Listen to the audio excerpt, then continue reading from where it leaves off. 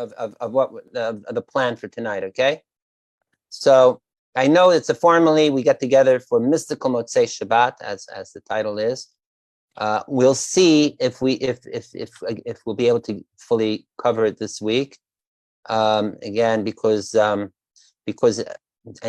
tonight is a bit of like a special for Yitz Kislev, so to speak. So the Yitz Kislev being the day of liberation of the Baal Tanya. So what we'll do is like this. We'll start off with things on the Parsha and also on the month of Kislev. Let's also remember we're segueing into the second half of the month, which includes also Hanukkah at the end. So so I'm just multitasking here.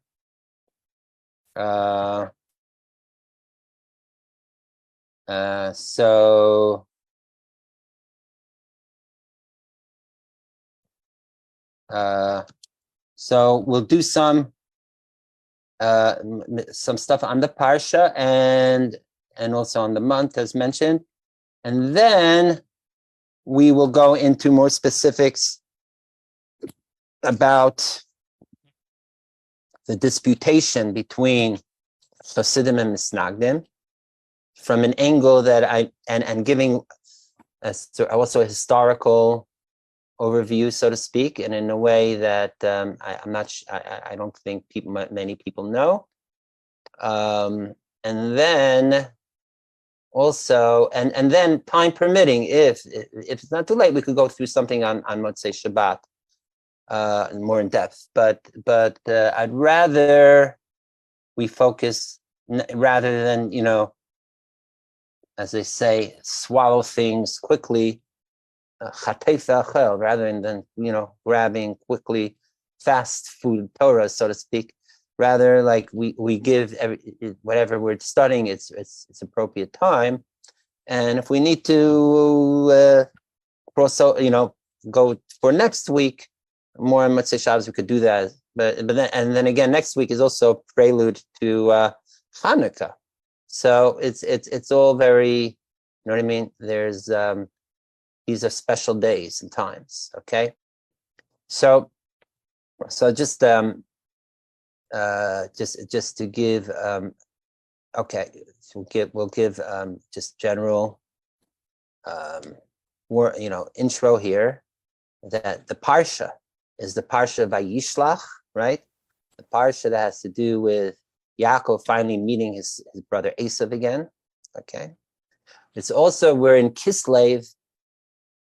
Today was the 13th. Tonight is Yudalit Kislev, the 14th of Kislev, which in fact on the Chabad calendar, it's especially the later, this last generation of Chabad, it's an important day because it's the Lubavitcher Rebbe's anniversary. He married, I think, was end of 28 or early beginning of 29 in Warsaw. So when I grew up in Lubavitch community, it was an important day. It wasn't like a big holiday like the 19th of Kislev, which was Yutes Kislev is the most important Chabad holiday. But even Yudalid had a great significance to us, and the Chasidim would also bless the Rebbe this night, on his anniversary night. It was one of the few times where Chasidim actually presented to the Rebbe, spoke to the Rebbe, rather than the Rebbe speaking to the Chasidim. And then the Rebbe would respond with his blessing to the Chasidim. Early on, at the Rebbe's 25th anniversary, he said, "This is a day that binds me with you and you with me," because the Rebbe, even though he was distantly related to the previous Lubavitcher Rebbe, but his main claim for succession was being the son-in-law, marrying the previous Lubavitcher Rebbe's daughter. So through his marrying the previous Rebbe's daughter, that made him eligible and therefore to be the continuity of Chabad. So meaning that's the day that the Rebbe became, that was the first opening of the Rebbe to be able to become Rebbe in the future. So it meant a lot for the Chasidim themselves. All right. So happy anniversary, Lubavitch, and whoever's whoever's been affected positively by Lubavitch, certainly. So there's that. Then, of course, tomorrow night is the full moon, right? Of Kislev, of this month. And we already been speaking, we started off a couple weeks ago, a few weeks ago, speaking about what's the greatness of Kislev, right? That it begins with, firstly, this month has like some of the darkest days of the year, like the winter nights, like if you see sunsets, the earliest times these weeks. So it starts off very dark almost, and then it ends off with with light, illumination in the darkness, through the darkness, right? That is Hanukkah light. That's the most apparent, right? Then more on the Hasidic calendar or Chabad Hasidic calendar, the 19th of Kislev is the day when, as we mentioned, that the founder of Chabad, the Shnei Zalman of Liadi, was freed from Tsarist Russian prison, and so that is also a time of celebration and illumination. And his name Shnei Or means two or double light. That means his name meant light. That means he brought light even in this times of darkness, even in prison. Why two lights? Because he was a great, in addition to being a great leader, he was a great Torah scholar. In the light of revealed Torah, and in the light of esoteric Torah, Nigla and Nister, or Nigla and Chassidus, right? So corresponding to these two entities, we also had, therefore, there's that doubleness of the light. In fact, the hagiography in Chabad is that when Rabbi Shnei Zalman Liadi was born, who knows when he was born? When is his birthday? Does anyone know? Remember? What day? Very good. The 18th of Elul. Right. Chai Elul, which, according to Chabad tradition, is also the birthday of the Baal Shem Tov. Okay, this is almost, I think it's a unique, Chabad tradition about it. By the way, Rivka says it'd be wonderful if we do what we're doing here and put into book form, put in the chat. Yes, I agree. So we'll look forward to, hopefully we'll get to that. Okay. So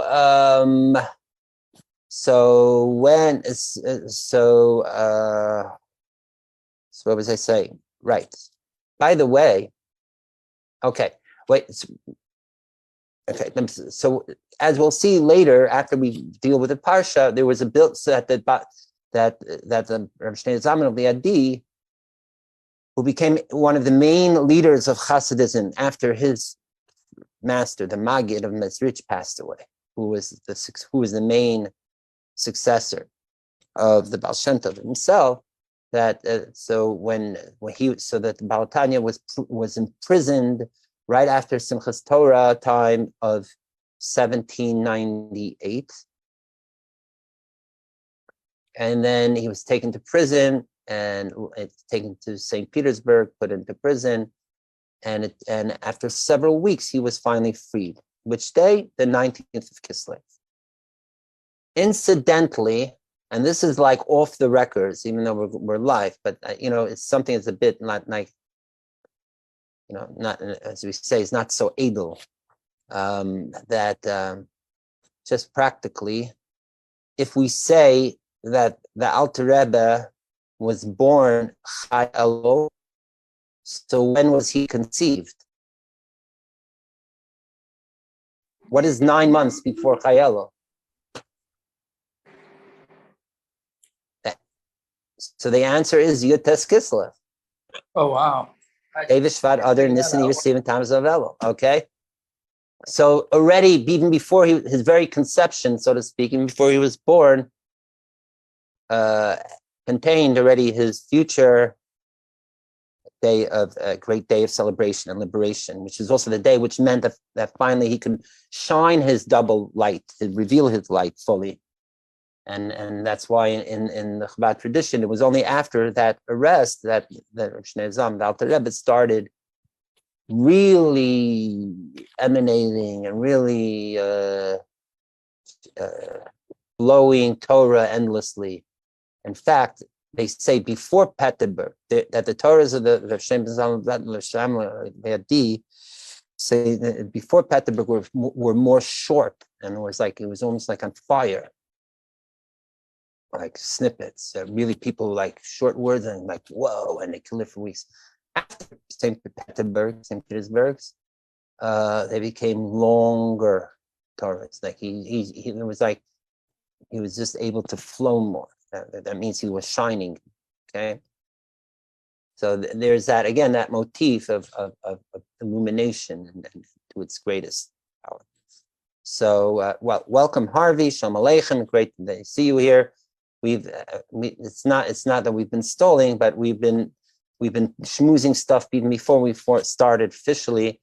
And the reason why I'm mentioning you, Harvey, specifically is because I know it was because of you and Yossi that we got to discuss in the last couple of weeks here and there at the end of the program about the debate between Chasidim and Misnagdim or what have you. Okay.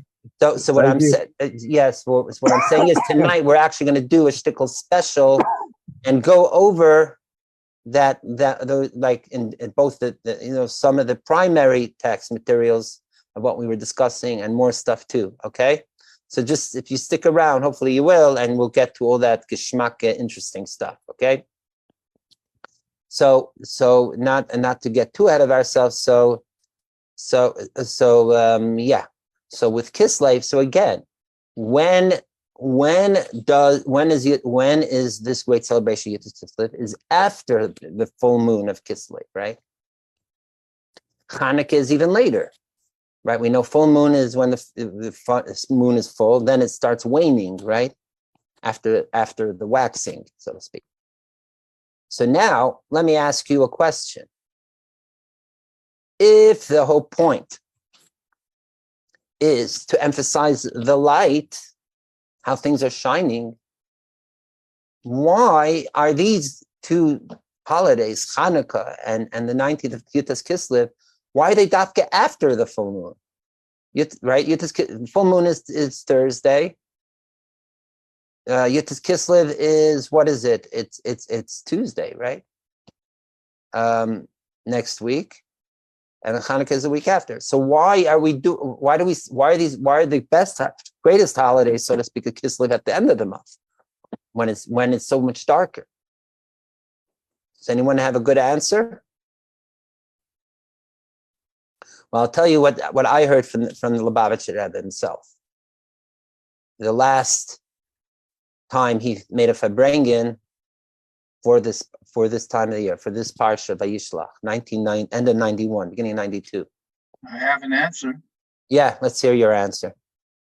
I might be wrong, because these holidays bring light to a dark world. Very good. Right, that's certainly true. And as we say, a little light dispels a lot of darkness. If you want to really emphasize the greatness of the light, so the darker it is, then the contrast is even more. I hear you. Like we spoke about this a couple of weeks ago also. If you're going to put on a flashlight in a room that's already lit, it doesn't mean much. In fact, there's a term in Gemara, shraga betira mayane. What is if you have a bonfire going, what is your little candle going to help? It's already lit up, right? Understood. True. But there's a deeper reason specifically having to do with the moon here. And this is what the Rebbe said. It's a beautiful verse. He said, what does it mean that when in the first half of the month the moon is shining and getting bigger? What is happening to the moon itself versus Earth? So the answer is And when the moon is waxing, what is happening is that the moon is getting more distant from planet Earth in its orbit. And because it's more distant, so to speak, so then we get more of the light, because then it's more exposed to the angle of the sun that's reflecting off the moon to us, right? Baruch, Yes. And what are you talking about? oh, you tell me. Let me look it up again in the Sikha. Am I saying It's it not right? about distant. No, I'm almost sure the Rebbe It's said about that. the angle between the earth and the sun. The angle of the Earth and the sun. Let me just stop. Let me just double check, because I actually pulled out the book. I didn't look at it recently. That's why I want to make sure I'm saying it correctly. Because I remember when the Rebbe said it. Is it possible it's more distant from the sun? Does it have to do with distance of the moon to the sun or the moon to the earth? Do you the remember? earth gets in the way between the full moon and the moon- sun, and that's a- why you see a smaller reflection. In other words, the angle, the half circle that you see Right. is the circle of the earth. No, The earth is in No. between. no, Harvey, no. That's an eclipse. Okay. Here, listen. I'm going to read it to you, and then let's hear this. Okay. I'm not Let me reading the just, Hebrew. let me just, Yeah. the moon is farthest from the sun on a full moon because the earth is between the moon and the sun. The sun is on the far And- side opposite the sun, which is why you see it high up in the middle of the night. Okay. Good. Understood that. That's what I always assumed. I'm going to give it over the way, because I don't want to make any. I don't want to misquote. So, sun. We all know sun and moon represents mashpia and makabel, right? Emanator and receiver, right? Mhm. So at the beginning, as we spoke about, remember at the beginning of this month, Kislev, that the contrast from no moon to new moon is in a way more even from new moon to full moon, because you're going from nothing to something, right?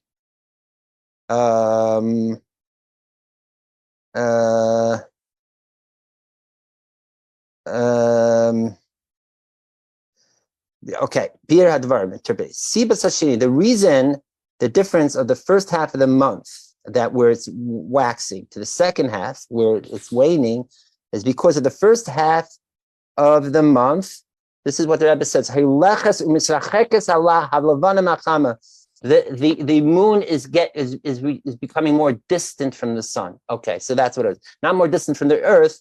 I'm just reading here. Okay, that I don't know too well astronomy or orbits, but at least what the way the Rebbe is saying is that there is something of the increasing of the light of the moonlight from night to night till full moon has to do with the sun becoming more distant. I'm sorry, the moon becoming more distant from the sun, and the more that the sun distance itself from the moon day by day, the moon's light increases.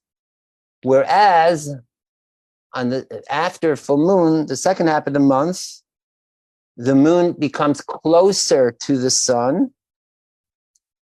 and then ironically, its light decreases.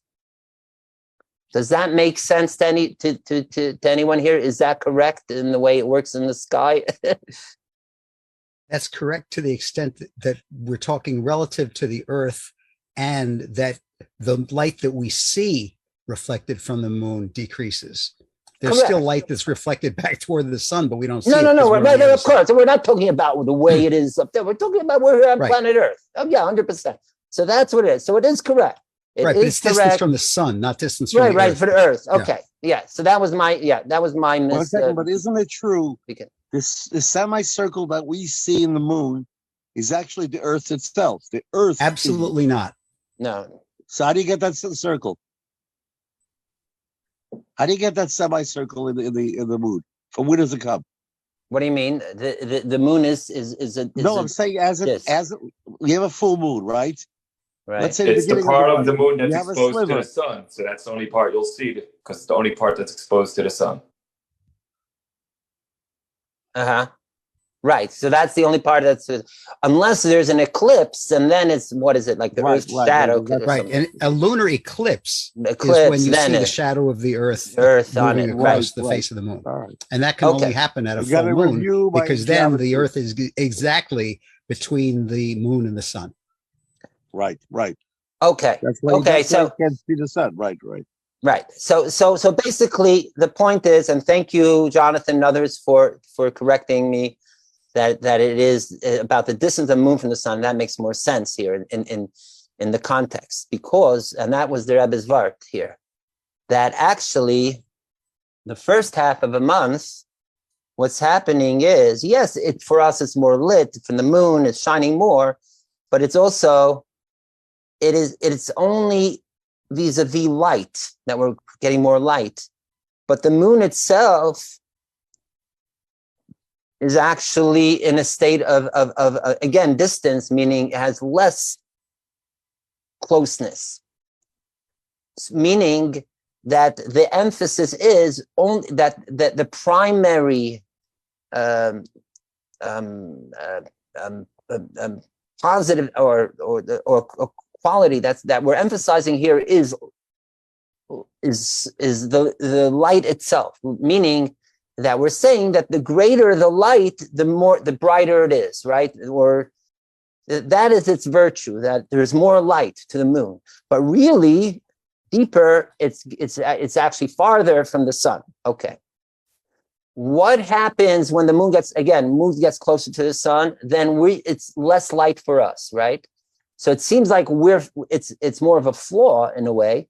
But really, there's something deeper. And I think we spoke about this a few weeks ago in another context, that though we say, of course, that the whole point is about revelation, illumination, as we were speaking also before about Oyer, Shneor, and other things.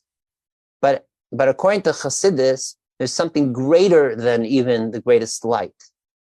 And that is the essence of God, or of the divine, what is known as Atzmut, the essence. From Atzmus itself,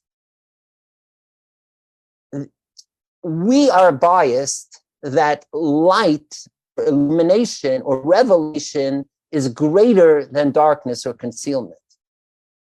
But from the perspective of the essence, light and darkness, or revelation or concealment, are co-equal phenomena.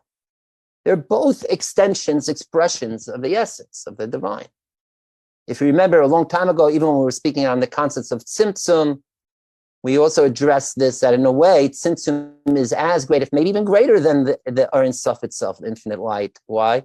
Because it's almost like we understand it's natural. The God, the divine is about revelation, so shining. Of course, it'll shine infinitely because the divine isn't. But in a way, there's a greater emphasis to say that there's concealment, and even the concealment is of a divine nature. Okay? Or as it says in some sophisticated Chassidus, the irony that the essence of God is ultimately expressed through concealment. Why? To show that the ultimate source of the divine is not even, quote unquote, limited in unlimited light. As the great 16th century Kabbalist, Rabbi Ibn Gambai, writes in the Vesa Kodesh, we have to say that God is co-equally great in limitation as much as in the unlimited. Because if you say God is only limited, is that God is only the unlimited, then you are limiting God to only being unlimited. Therefore, God contains everything, including the finite. Okay, and that is the shleimus d'chayla, as we say, the ultimate whole. Every kol yachol, as we say, the all potentiality of the essence of the divine. And therefore, I can come again in Kabbalah and Chassidus, they like saying that's why there's a certain virtue to certain aspects of the darkness, or even virtue to being in the state of exile. right, and or even virtue of doing things, even if you're not fully in an illuminated state. And so because then you're saying that even when there's no light, I'm still connected with the essence of the divine. Okay, that it's a fine-tuning state, because even if we're expressing the concealment, there's some revelation attached to expressing the concealment. You know, the famous Vart is brought down in different Chassidus, including I think in Reb Nachman, who speaks about hastara shabtech hastara, the concealment within the concealment. Or we say about Purim, haster aster, double concealment. What does that mean, double concealment?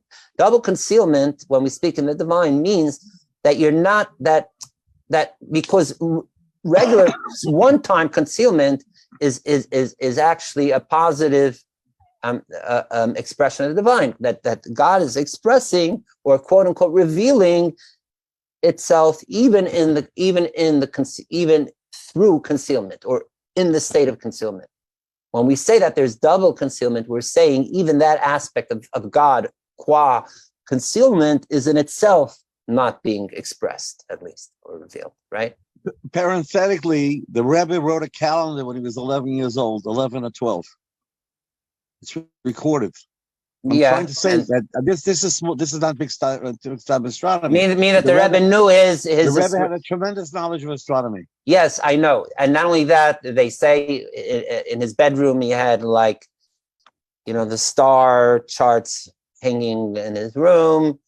He was also very into the laws of Kiddush HaChodesh, sanctification of the new moon, of the Rambam, the Maimonides, when he was younger. This is in his teens, early 20s, right?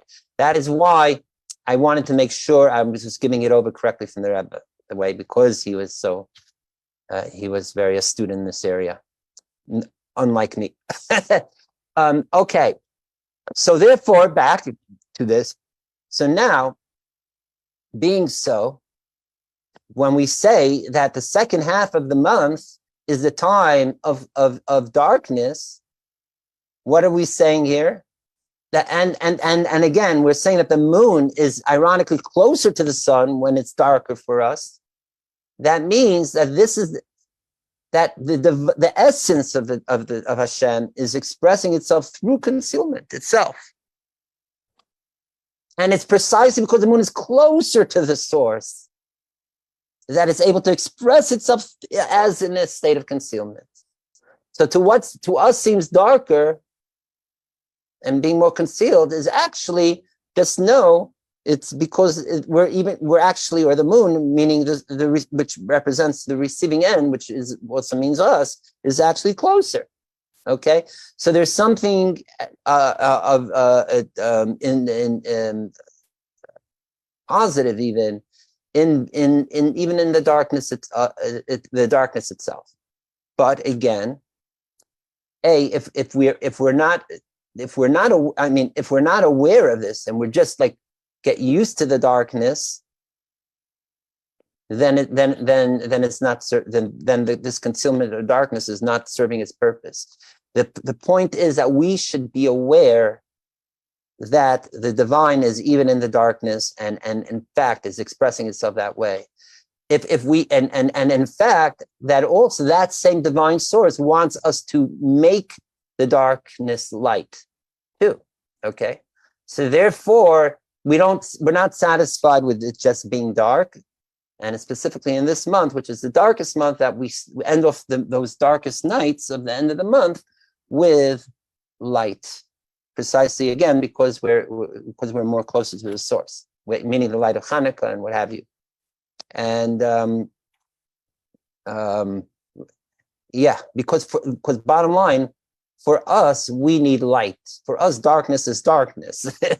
we're not God. We don't see the darkness as just another open expression of the divine. So we do need to bring some light into the darkness itself. What is the famous Vart that I think it's maybe one of the cut. I forget who it was. The Chadush Harim, the mayor at Peshispa or someone said that the person who stayed, like the example, if someone stays in exile and they think it's all great. He says that it's like someone who, when you first go into a room that was pitch black, it's all dark and everything. But then after a while, you adjust to the darkness and you could start seeing things. Maybe not great, but you can start seeing a little bit.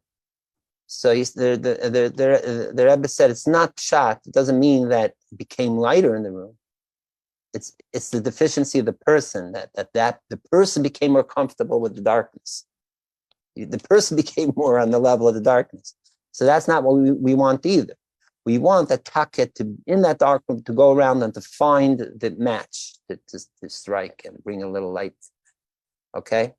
So therefore, looking, so yes, we'll celebrate tomorrow night full moon, and with all the greatness of that. There might be another subtle point that sometimes when you long for something, you're actually closer to it than when you have it. For example, it says that when the Shabbos falls out to Rosh Hashanah, or the other way around, Rosh Hashanah Shabbos, when we don't blow the shofar, we're more connected to the shofar because of the lack of it, because we long for it. Right.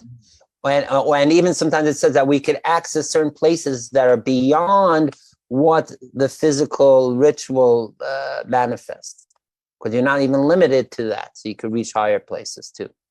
Yes.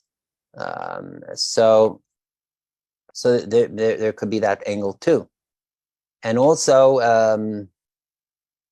it's that's the whole point, to make from the concealment, like the word kislev is chaf samach, kos, as we said, is like the word bakesa, like mean concealment, and make it lamed vav, the 36 candles of Hanukkah. There's also the idea. I saw the Rebbe's father, who was a great Kabbalist, he writes the following, that what is the 19th of Kislev? What's the number 19? So if you look, I don't know if I have here again. I know Jonathan asked a couple weeks ago for a list. Hey, Yehuda, great to see you. All right, so something on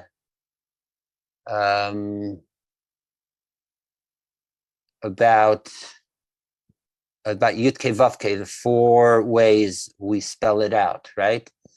So I think I found an old like working sheet that I was sharing. I think I did type it out. So I wasn't looking for the actual formal chart I had. So as I'm speaking, I'm scrolling, trying to find it. Let me see if I can find it. So if in the name Yud Kei Vav Kei, the lowest way you spell it, let me see if I could find it again. Okay, if not, I'll just type it out again. All right. Yeah, I don't know where it went. All right. So I'll just do this quickly. All right. So I'm gonna so Yud Kei Vav Kei. All right. A is Vav. Okay. Let me just. All right. I'll just give you a few seconds. Okay. I'm screen sharing now. Share screening. Okay. So this is the most basic way of fully spelling out Yud Kei Vav Kei. Yud Vav Dalet Hey Aleph Vav Aleph Vav Hey Aleph. So 1 second. There's a reason why I'm highlighting this. So when we spell out God's name like this, so this equals what? This equals 45, right? This is why Shema, which equals, this is Ma, Shema is 45, sorry, Ma. Okay. So if you take the Miloi means the extra letters to spell out each letter as a word without the primary letter that makes it that letter. So the Miloi of the word Yud Vav Dalet, so the Miloi is Vav Dalet. You understand? The Miloi of Hey Aleph is Aleph. So you're dropping the actual letter itself. You're just taking the filler letters for the word, right? So if you count the Dalet Vav, the Aleph Vav, and the Aleph, the milui of Yud Kei Vav Kei in the spelling, it equals 19. Okay, that equals the milui equals 19. Okay, wait 1 second. Go like this. Equals 19. Okay, what else equals 19? The name Chava. Okay, Chava. Like Adam and Chava. Adam is Memhe, 45. Aleph Daled Mem. Right? So what we see here is, and so Adam is like the masculine, that's the mashpia, the emanator, the giver, represents their anpin, let's say in Kabbalah terms. Chava is the receiver, which represents malchus. So the milui of the emanator is the receiver. It's like the conjunction again of emanator and receiver. Chava is also known as the mother of all, Ein Kol Chai, mother of all. The one who births all, receives from masculine, so to speak, and creates new for us all. So again, that is Yutas Kislev pairing. The 19 number of Yutas for Kislev is representing again that element of taking from the emanator, whether it's the sun, connecting with the moon, transforming for us, manifesting, making it whole down here. Okay, so that's just a little Kabbalah on the side, and this also connects with our parsha. So we're going to segue with the parsha again, and also actually I'm following up. We'll follow up with a question that Jonathan asked a couple weeks ago when we first started speaking about Yaakov and Esav. In Pasha told us 2 weeks ago. Jonathan asked if there is any connection between the twins phenomenon of Yaakov and Esav and the zodiac or what have you of Gemini. And I said I'll look it up, and actually I did look around here and there, and guess what? I found an actual Zohar that discusses this. Spot on. Okay, so I think that would be a great segue for our parsha, and also because it is related also to the aspect of this month Kislev also, because when is Gemini normally on the calendar? When is Gemini? Which month? Who knows? So it's the month close, Iyar into Sivan, I think, right, which is the time of also Matan Torah, Shavuot, right, giving the Torah, right. And that's so. The normally we say the Gemini element is because we say there's the two luchot, so that's the point. But the Zohar connects it with the twin of Yaakov and Esav, as we'll see, and the reason why it's connected to this month is, if you remember last week, we said that Sivan, just like Sivan is the third month of the count. We spoke about more than maybe 3 weeks ago. Just like Sivan is the third month from the beginning of the year count of Nisan being the first month, like the idea, right? We said birth of the count based on the birth of the Jewish people as a nation. So too, this month of Kislev is the third month from celebrating Tishrei as the beginning of the year. That's right. So whatever Sivan is mirroring Kislev and vice versa, and they are also related because just like Sivan is the time of receiving the Torah revelation on Mount Sinai of the Torah in its entirety. Similarly, at least from like Hasidic and Chabad point of view, Kislev, especially with Yutas Kislev, is a time of, like, you can almost say that like the Shavuot receiving the revelation of the esoteric parts of Torah. All right. So again, and also a certain doubleness, Shnei as we said earlier, the double light of the Torah of the Alter Rebbe, Shnei Zalman Liadi. So therefore, what we're going to read now in the Zohar, and as it's related with Sivan, is also reflecting now to Kislev. Before I forget, just want to mention that 19th of Kislev is important, not just because it's the day that the Tanya Alter Rebbe was released from prison, but it was also the yard site of his teacher, the Maggid of Mezrich, passed away 19th of Kislev, I suppose the very end of 1772. Maybe it was either December 72 or January 73, because like in Hebrew, when you say a year, you have to look up year by year when it comes to this month of Kislev and Tevis, when technically the new Gregorian or Julian calendar began. And the reason I'm mentioning Julian is because Chasidim, which were primarily under Tsarist Russia, actually followed the Julian calendar, like the Russian Orthodox do.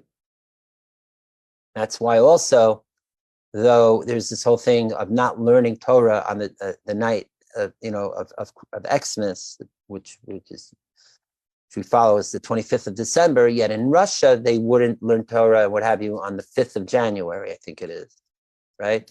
Which or something like that, which is the Xmas in based on that calendar. Okay, so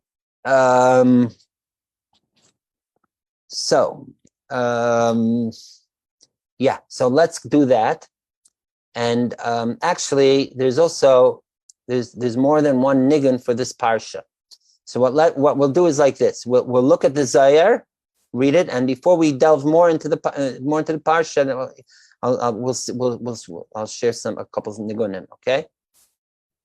So just this. So first, the Zohar on Yaakov and Esav, because we'll also be discussing more other elements about Yaakov and Esav tonight. All right. So this is a perfect a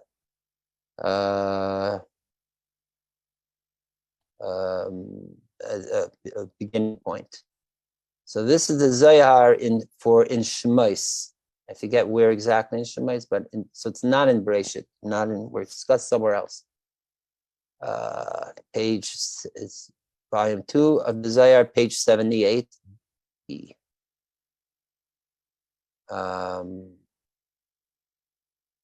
Yeah, actually it has to do with there about the third month of leaving Egypt. It says so much, right, which has to do with the parshas of Bo B'Shalach, Yisro, etc. Okay.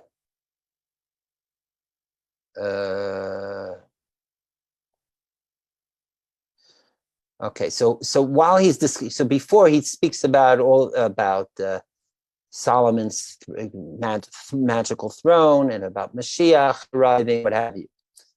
That Mashiach will have this great super extrasensory sense of scent, of smell, and then goes off into the third month again. Okay, and then it's here. Here's the parts that related to Yaakov and Esav and twins. The EU Raza de Ishtam. This is the mystery or the esoteric meaning of the Ishtam, right? We say this is the way Yaakov is referred to a couple parshas. Yaakov Ishtam Yeshiv Halim. And we remember we spoke about Tam being either means sincere, simplistic, even naive, what have you. But it means he was, he's diligently, sincere. And maybe a good word is also authentic, because the word tam means whole. That's its literal meaning. Like we say, the animal of the sacrifice has to be tmima, like the red heifer. Ashein bamum, tmima, totally whole, complete. So that means one who is sincere, meaning you're not double, you're not half, inside one way and outside the other, internally one way, out externally out, but you're you're through and through an authentic individual, right? So that is the tam. So it says this is tmimus, right? So ish tam mare de besa, master of the house, ish talikim. It says man of God, tam de tamon, siyuma b'kisha de tefillin, for there. It's also a little play because in Aramaic, there is the word the tamon. Tamon also has the word tam in it, which is the end and the knot of the tefillin. The Yaakov ish tamada. Yaakov was a whole sincere person. Ubidiyukne, and in its figure or form image, the mysterious electric force, internal electric force, supernal internal electrical force, which is concealed and hidden, that is how it exists. This word chashmal is coming mainly from, it's brought down in the vision of Ezekiel. So our modern word for electric in modern Hebrew is chashmal, but it's already earlier, and it's not 100% clear what it means, but it does mean a certain energetic force. The Gemara in Yuma mentions it too, and in Kabbalah it says it's a compound of two words: chosh, which means to be silent, quiet, and mal, which means like milah, words, to be speaking. So it's this combination of silent energy, right, which is similar to like electric, unless you were Tesla and doing your wacky electric machines, right? Be it as it may, that is the Tam is accessing there, or that is representing that and making it exist. And all the closed up, I mean concealed lights. Doesn't mean concealed that they're not lit. It means the highest lights, supernally naket iu. They that is where they come from. Naket. I mean, it grabs there, it's held there, emphasized there. Starts with nafkamine and comes out from it, from this state of time, this source of all this electric source. And they all all that served come out, because he mentioned earlier that there's certain keys that unlock there is certain energy forces or light forces that flow out of it, and they all come out from this chashmal. Okay. Now he continues, and this light, this light itself is a composite of two lights. That means that highest, supernal, most concealed light, the source of all light, is in itself, it has two elements. It's two lights, the chadinun, but it's one, right? Meaning like this. Nahir kadma, the first light, we're saying this too. So the first one, iu nahir chibra, is a white light. The leishalta be'ena, that the eyes cannot grab it, see it. Like we say, the light is so intense and bright that it blinds the eyes. You can't see it. It's beyond the capabilities of the eyes to receive it. This is the light that is concealed for the righteous, meaning not only the righteous for now, but the righteous, it says, in the world to come. Right? When God first created the world, it was like this unfiltered, most intense light. The world wasn't up to receiving it at that intense level, so it was concealed. This is what is known sometimes, right? Both as the Eir HaGanuz, like the concealed light, or the Eir Shivas HaYamim, the light of the 7 days of creation, which at times it says at times that it will Shiva Sayim, that will be multiplied by 7, sometimes by 70, sometimes by more. Be it as it may, this is meaning it's the most supreme and unfiltered, that unadulterated state of the light. Like it says in Tehillim and Psalms, right? That the light that is planted for the righteous, meaning this is the original light that is that's planted for the righteous to reap.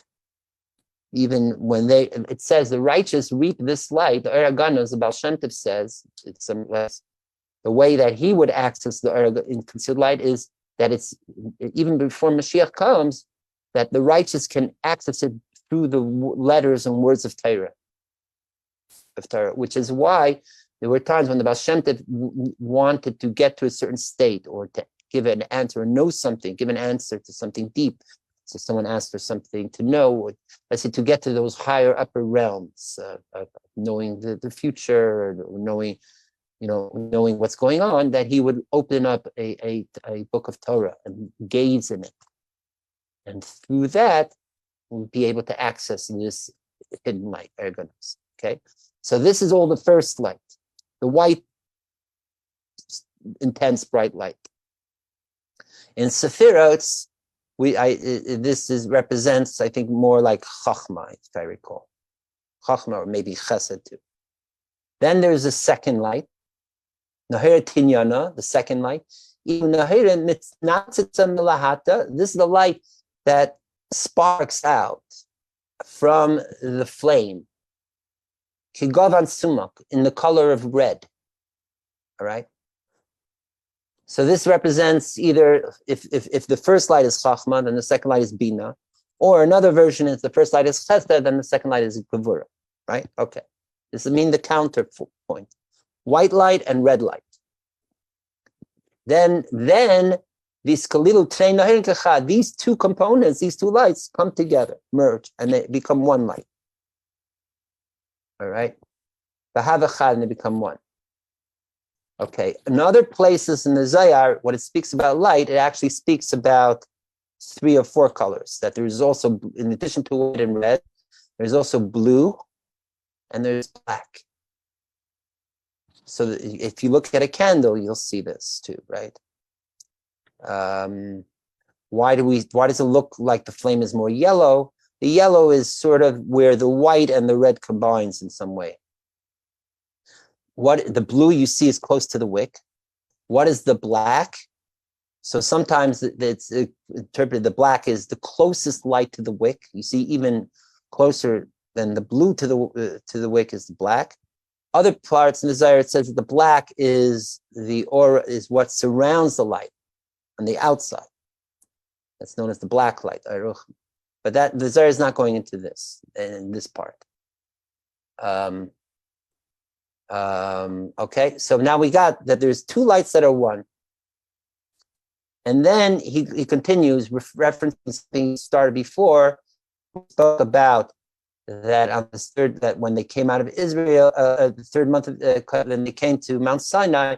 That was the time when the angel Uriel was in control.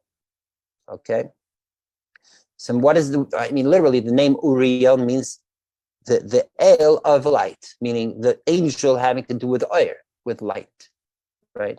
Some places there's also the angel Nuriel with a nun, but it's similar because we know in Hebrew oil means light and ner means candle. Also, incidentally, in Arabic, nur means light. So Nuriel is another version of Uriel. Sometimes says Nuriel is like the lesser form of the angel of light. Okay. So the High Uriel Rav Mimona, this is a great one of Mimona, the one who's running things, who's controlling, who's operating almost the lighting department, the spiritual lighting department, so to speak. Mashirian, and all the others serve it, meaning all extensions of other lights and whatever is receiving benefit from the light is subservient to Uriel, and all those and these Mashian, these other servers, meaning that there are other forms, lesser angels or entities that are conduits of the light to bring it out even more. So they are not le'ahu nahir. They take this light, which is 2 lights that are really one, right? We'll begin the chol b'trein, And because this light really is comprised of two lights, therefore, Ikre Tu'umin is called twins. It's twin light. And on this is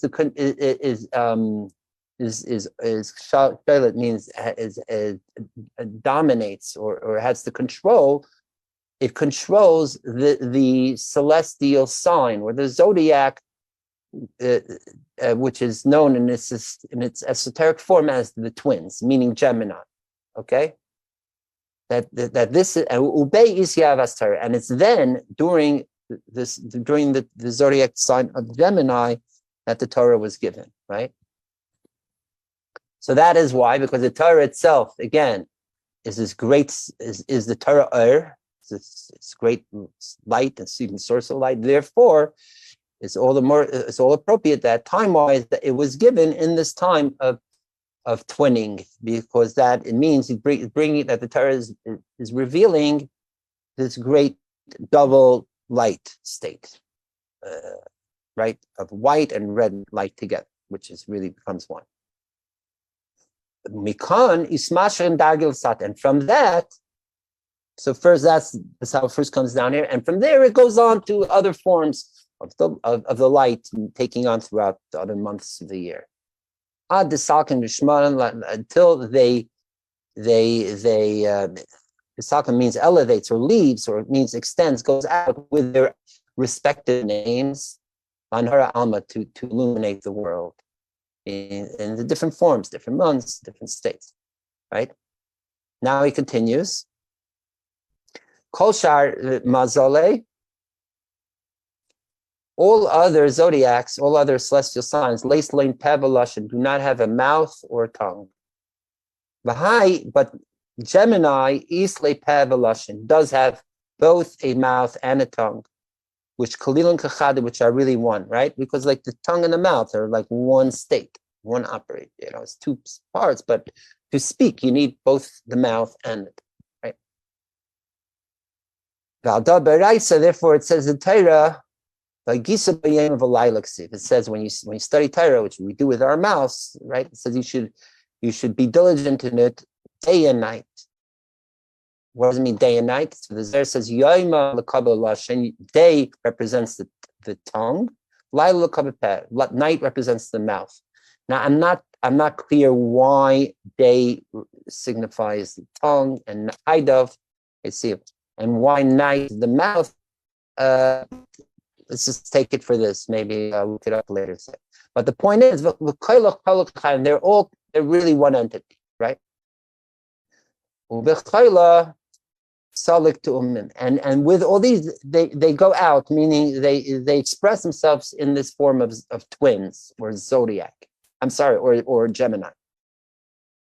However, says the Zohar, if you look at the Parsha, when we learned and told us 2 weeks ago, that Rivka has twins in her stomach, what does it say? What's the word? Ta'imim, you see here, is really spelled with an aleph. But in the Chumash, and told us it's without the aleph. But ta'imim ksiv, it doesn't say te'umim, but it says ta'imim. Right? Why? We'll soon see. And because of this mystery of how we explained how it's working here, that the light is two, that is really one. Now we understand why it says just taimim without an aleph, as it says v'hinei taimim b'bitna. So there were twins in Rivka's stomach. Why? Item at the beginning, Tavayka Amar. If you want to say that because the Torah is talking about both Yaakov and Esau, both babies, both embryonic babies, right? No. And saying that what we're speaking before about the great light would therefore include Esau too, says no. Lavachi, it's not so. Because Esau doesn't really cannot be part of this great mysterious state of this type of light, because Esau, we know, represents the other side, klipot, dark side, what have you.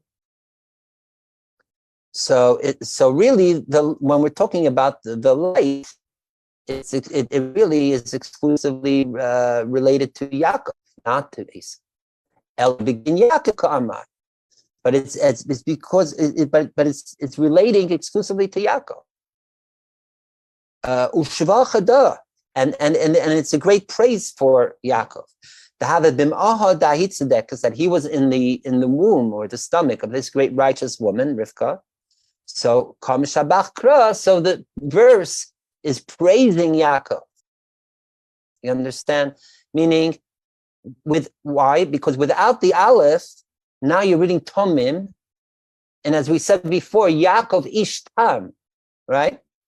That the word Tam is an appellation specifically for Yaakov. Right? Because it says Esav Ish, he was a man of the field, running out and trapping and hunting, whereas Yaakov was a person of Tam, of wholesomeness, sincerity, Yeshiva Halim, who stayed in his tent studying. All right. So the Zohar is learning now that this statement that Rivka had twins in her stomach isn't just a factual statement, but it's actually a praise for Yaakov. That the Tomim Bebitna, who was really connected to the righteousness of Rivka, was the one who was a Tom, which is Yaakov, to the exclusion of Esau. Okay? So therefore, it's without an Aleph.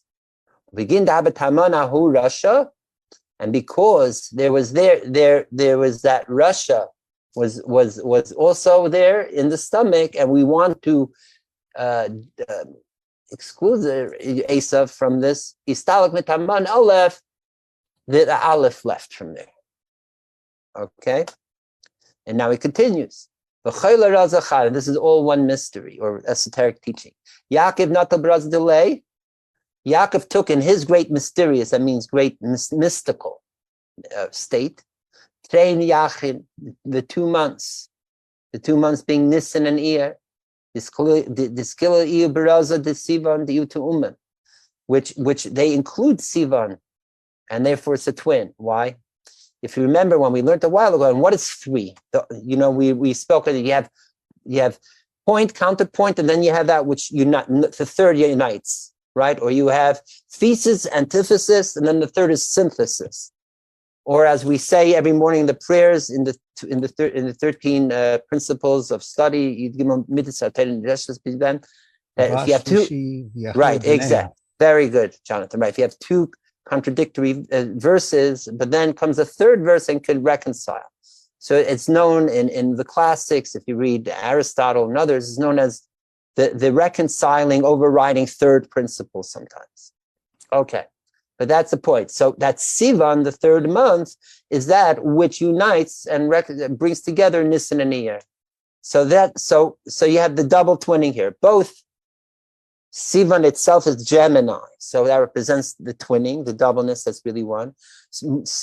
Moreover, Sivan itself is uniting the 2 entities of Nisan and Iyar together to be one. Okay, so that's the Nisan, Iyar, and Sivan. That is Yaakov.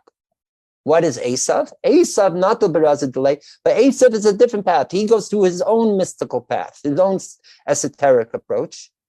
More on the other side, the negative side.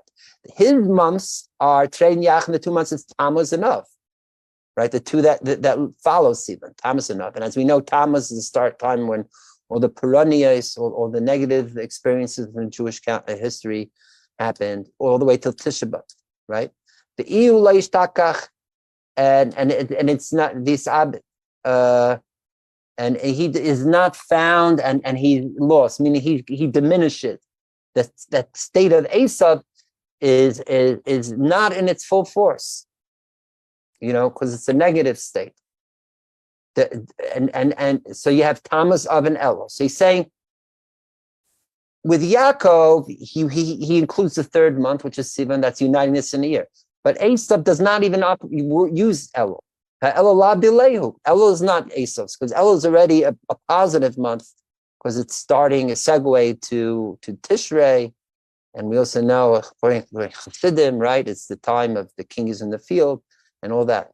So Elul is out of the picture. So therefore, it's more separate entity. There's nothing to unite for for Esav, and even of itself, Tes Yom Inun delay. He controls only up to Tisha B'Av, because that's the negative time. But after Tisha B'Av starts the more positive parts. We know Tu B'Av and so on. So even V'layatra and no more. So meaning Esav really controls just 1 month and 9 days.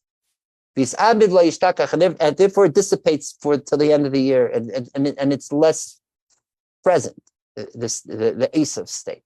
And therefore Esav is not part of this great, profound, positive, mystical state of twin, right? The twinning again, the Yaakov state, and again that double light that we were talking about, that is really one. But only it separates or dissipates on its own. And it turns, and the Esav energy bends or turns to the other side in its like sort of waning out, and until it becomes no more, till it becomes desolate. Elmar brings from Taylor verse. The enemies ends off. It's swords. That means end off by the swords forever. So here's actually another definition of tam. Before we said tam means sincere or wholesome, naive, but another definition of tam means to end off. Like we say, some books have at the end, tam v'nishlam, and we end it off, right? So that means also, it's ironically, we even use the word tam for Esav, means ends off, right? So now he continues, we'll begin the Yaakov Iyutomim, because Yaakov himself, even without Esav, we call already twins, or Gemini in this context. Therefore, right? Therefore, the Torah was given in the month of Gemini. What are the doubleness? What's the twin aspect of Torah? Is he says Torah the written Torah and the oral Torah. And then he, just to end off, because it's Geshmak, the very famous this is actually an echoing of the famous Gemara in Shabbos, right? That talks about the beginning of Torah, and so on. So here too, he says in the third month, meaning the Torah was given the third month to a triple nation, a nation that has Kohen, Levi, Yisrael, and a Torah that has 3 levels, right? A Torah, Dargit means 3 levels, and a triple Torah. What's a triple Torah? Torah, Nevi'im, and Kesuvim. That's Tanakh. And if it's Kulachad, then it's all one. Okay, so that's what's pertinent to our discussion of the connection of the Yaakov Esav twin and Gemini, and more specifically to the idea of the unity and wholesomeness and peace. Like we said, that's the principle overriding the third principle, etc. Okay, so thank you, Jonathan, for bringing up the question a couple of weeks ago, because you see, we all got to learn, and a shtickle zayar, and see that there, like you said, you had the hunch, and it's true. There is a connection between Gemini and Yaakov and Esav, and ironically, we don't include Esav in it. And awesome. As we said, and as we said before, that now that we're in Kislev, that this is the Chassidish month of giving of the Torah, the Chassidish Sivan. So on a Chassidic level too, of the giving of the Nister of Torah, Chassidus too, this is a time to manifest this aspect of this double light that's really one, right? So thank you again, and as hopefully we will see soon, as much as even though we're sort of, let's say, belittling, maybe even a little disparaging Esav, but according to Kabbalah and Chassidus, Esav represents actually a great mystical high level. We discussed some of this last year. Last year, our theme was somewhat also, we laid the groundwork to show how all these like nemesis of or I won't call them villains, certainly antagonists of of our great tzaddikim, righteous, the patriarchs and Moshe, what have you, whether it's Lavan or Esav or Parai and what have you, that according to Kabbalah and Chassidus, they represent really the high levels higher than Yitzchak, Yaakov, or Moshe Rabbeinu, and so on and so forth, right? So, but this year again, we're taking it from a different angle a bit and expounding on it in a different way. So we're not just repeating, but it is building on things that we've discussed in the past, and of course, not even I don't fully remember what we discussed last year. Understood. So that's the beautiful thing of the weekly Torah Parsha, that 1 year cycle, the annual cycle. We all daven, siddur, like pray, so you're saying the same word, like Shemon Esrei, you're saying 3 times a day. So it's always on the minds, on our lips. It's something very familiar to us. But when we learn the Chumash, we have a year to forget it till we come back to it. But we don't fully forget it, hopefully. I mean, a year is enough time to get enough of the details, to forget it just enough that you can look at it in a fresh way, but you still somewhat know it. It's not brand new either. So here too, when we're learning these things like Yaakov and Esav, we're taking it in a fresh way. So here's what we're going to do. I'm just now considering how to do this a bit in a way. We'll sing a couple nigunim as promised, related to our parsha.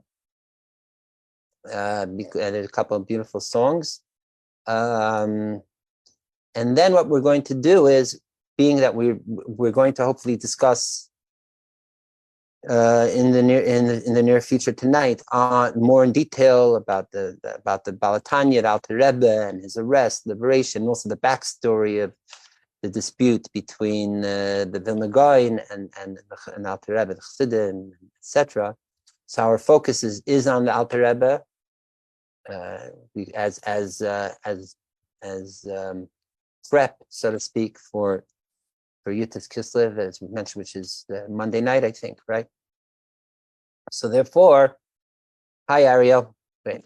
So therefore, actually, what we'll do is, and once we finish singing, we haven't done this in quite a while. Is we'll look at the Alter Rebbe's own words on the parsha, okay? Because in so his most famous book, Sefer of Chassidus for the parsha is, let me see if I can, it's right here on the bookshelf next to our mascot, the bunny, right? I could get it 1 second. That's Rabbi T. Rabbi T. So this was the first main book of the Alter Rebbe's Chassidus that was printed. In fact, actually, the first main book of his Chassidus that was printed was the Siddur with his Chassidus, which we used as a primary source when we were learning Kegavna more than 2 years ago. But this was exclusively like on the Parsha, Bereshis and on, and this covers till the middle or end, sort of towards the end of Shemos for the first 2 volumes, and then there was a break for several years, and maybe at least a decade or 2 until they published the second volume for Vayikra B'Midbar Dvarim. And the reason why there was this time gap was because this was the period where there was more stringent rules of publishing Jewish books or religious books in Russia, and had to go through extreme censorship. So a lot of publishing of Jewish books from like the 1830s till the 1840s, like I say, maybe somewhere like the late 1820s or 30s till the 1840s or 50s, really diminished. And in fact, what they would do is there was some like underground stuff. Like some would publish private or semi-privately in Russia, but they would put the name of where it's published somewhere outside of Russia, like the name of Germany, or they would change the date to a time when it was more permitted to publish. Be it as it may, and it was published, and this was put together by the successor to the grandchild of the Alter Rebbe, the third Chabad Rebbe, who's known as the Tzemach Tzedek. Okay. So what we'll do is we will look at the way the Alter Rebbe discusses this in Torah, in this very book, on our parsha, because he does it like a lot. Like sometimes in the Chasidic discourses, it veers off to the other subjects. It goes away from the actual shot or interpreting the verses itself, the story itself in the Torah. But in this specific one, it gives it well. It just explicates it beautifully, and also because it's mamish talking on what we're addressing here. Okay, so what I will do is first, I'm just going to open up to the parsha text just to show the text. We'll look at the first part of the parsha of Vayishlach until we get to the parts where we'll sing, and that way we'll also get a bit refreshing of what's going on. So as you know, or if you remember, or if this is the first time you're hearing it, the story is that Yaakov, right, left Lavan. That's how we ended off last week. Remember about the mount, the covenant testimony Lavan and Yaakov made. Lavan, Yaakov's father-in-law and uncle and what have you. So he leaves. And then what happens? Then he finds out that his brother Esav, who he had to flee from decades before, is actually still out on the road. So Yaakov's not sure if Esav really is holding a grudge against him for stealing the blessings of their father Yitzchak and birthright, or firstborn birth state. So what he does is that Yaakov sends he sends out malachim. Malachim, like the most literal meaning would be messengers. Yaakov went to check out. He sent emissaries. See how my brother is he up to and willing to see me? According to Rashi, the word malachim here means actual angels, of the spiritual type, meaning, or as Rashi says, malachim mamish, literally malachim. Actually, that was the very first Rashi I learned in Cheder when I was in yeshiva, second grade. When we got old enough to start learning Rashi, learning Rashi script and learning Rashi, must have been 6 or 7. This was the first Rashi we learned. Sagt Rashi, steht im Pasuk, Yishlach Yaakov Malachim, Yaakov schickt Malachim, sagt Rashi, Malachim mamish, emestike Malachim. I mean real Malachim, true Malachim. Okay, sente. Why does Rashi say angels? Because if it was humans that he sent, it was risky. Yeah, maybe Yosef was still really vengeful, right? So, pin myself. Okay, so maybe it was really vengeful. So maybe Yosef would just execute the messengers themselves. So therefore, in order to save life, make sure that no one's no one's life is taken because of him, Yaakov sent out angels. And as we know already from the story with Abraham and the 3 angels, these angels can look human even though they're angels, right? Almost like in It's a Wonderful Life too, right? I think there's an angel comes down from heaven. There's also that movie, what's it called? Wings of Desire. I highly recommend it to people if they want to see how an angel comes to earth. All right. Anyways, so he sends out these angels to Esav, and he's telling and he says, tell Esav that Yaakov said, "Im Lavan garti, I lived I've lived with Lavan so long.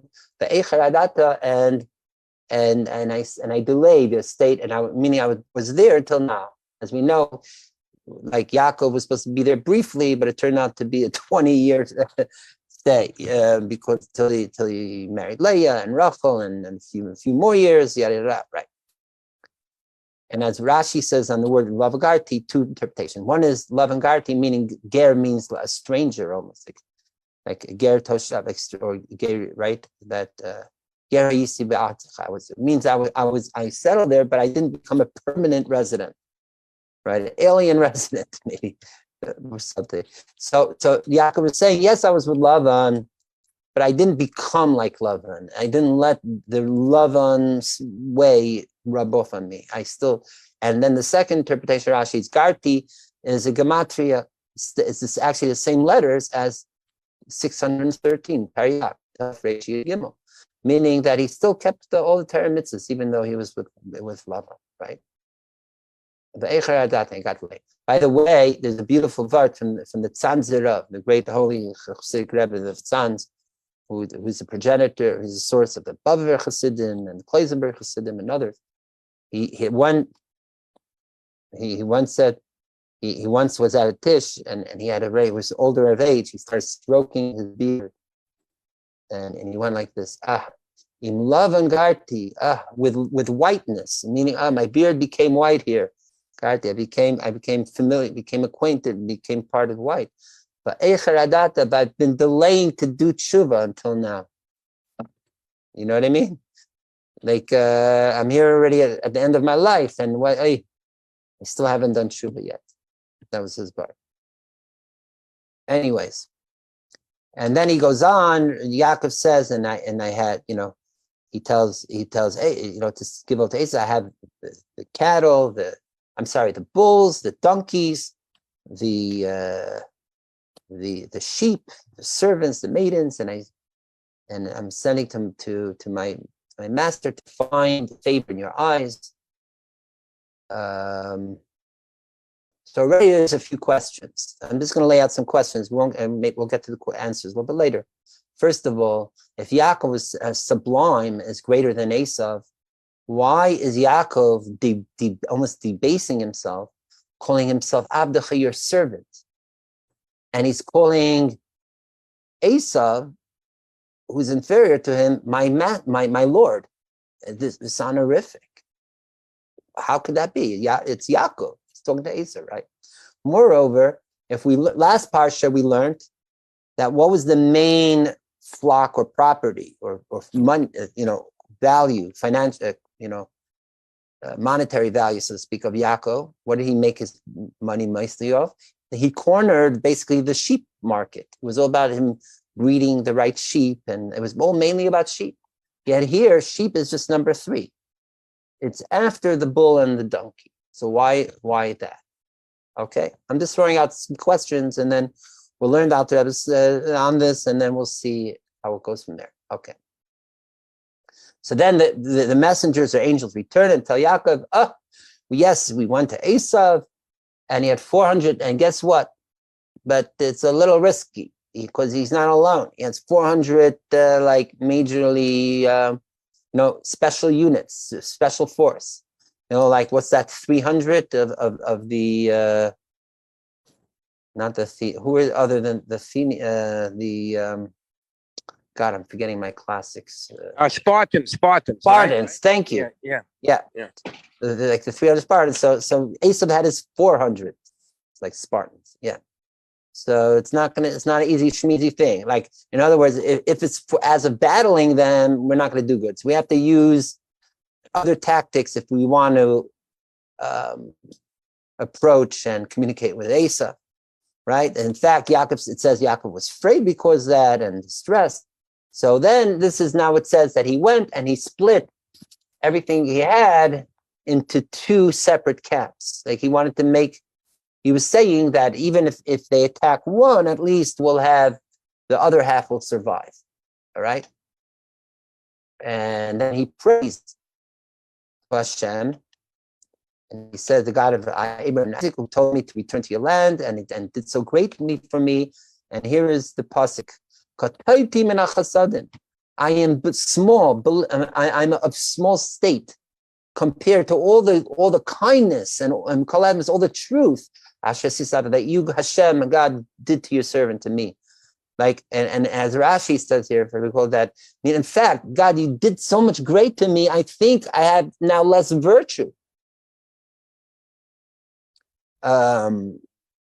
Meaning maybe it took away. Or whereas the deeper pshat is that Yaakov says here, because Rashi says that he was concerned that maybe because of his sins, then he wouldn't be worthy to be able to receive more chesed, kind, or blessings from God. Or maybe he wouldn't be able to succeed with Esav. Now, what does that mean, that he has more sins? Yaakov didn't know if he sinned or not? No. So actually, the Rebbe explains this someplace that it means because tzaddikim, we say, always excel. They go from strength to strength, get higher and higher. That means that the state they were today is higher than it was yesterday, and so on and so forth. So as they advance in their refinement, so things that they did a long time ago becomes of a lower, like even things that seemed okay then, compared to the higher state there now, is now considered almost mamish like a flaw. Right? Chet also means like flaw or something lacking, wanting. So in fact, Yaakov at this point reached a really high spiritual state. So much so, therefore, he thought maybe I'm not worthy because because I'm as great as that maybe I've reached now, but really I'm not worthy of it. Moreover, this is also again another example of that. The more righteous, the true righteous the person becomes, the more humble. There's a state of giving up one's ego, becoming humility, basically. So Stavka here, after he went through that great experience with Lavan and worked through things, especially on a spiritual state, that he became more empty in the best way. And therefore, ironically, reached a higher state, right? As we've mentioned from the Zohar more than once, one who is small is really great, and one Mandi Uzari Rav, and one who's Rav, great, is small, right? And we'll soon see how it fits in here too. Okay, so that's right. So kibamakli avartis yardim, because with my stick, I crossed the Jordan. Meaning, when I first left my father's house, running away from Esav, I didn't have anything. I just had my stick. But now I am. Look at, we have all these great camps, 2 great camps. So God, you gave me so much in these 20 years. I'm almost not worthy of all these blessings, right? Till this point. Incidentally,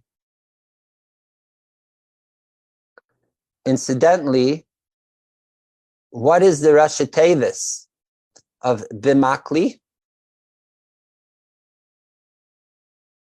I'll give it away to you because, if whoever's fast in Gematrias, it's basically 182. 100, 40, 50, 60, like Kuf is 140, Mem, Lamed 30, Yud another 10, so that's 80, and Beis is 2, 182. What else is 182? The word Yaakov itself is 182. So he's basically saying, when I left, all I had was my name. And right, that all just my name, Yaakov itself, that's all I had. And that was enough to cross the Jordan. And that was enough to accomplish, meaning with being in that state of Yaakov, which is truth, as we know. Actually, I saw a beautiful, and it has to do with a little story, so I'll share with you from the Baal Shem Tov, written by his grandson, the Degel Machne Ephraim. Okay, so we're going to skip there quickly, just so you read. We'll read here from the Degel Machne Ephraim. That's what's the name? Ephraim was of Solikov, right? He was the younger brother of Baruch of Beshebush. And the Dagel Machanech Mitzrayim actually grew up with his grandfather in Mezhebush, so he received a lot from his grandfather. I think he was in his late teens or maybe early 20s when his grandfather passed away. So he writes things that he heard himself from his grandfather, and this is one of them. He writes like this. Oh, let's just look up from the beginning of it. He says that Kibamakli here, he says Gematria Yaakov is Gematria Yaakov, meaning that when I, Yaakov, crossed the Jordan, Lohayli El Shem Yaakov, all I had was the name Yaakov. But now I'm two camps.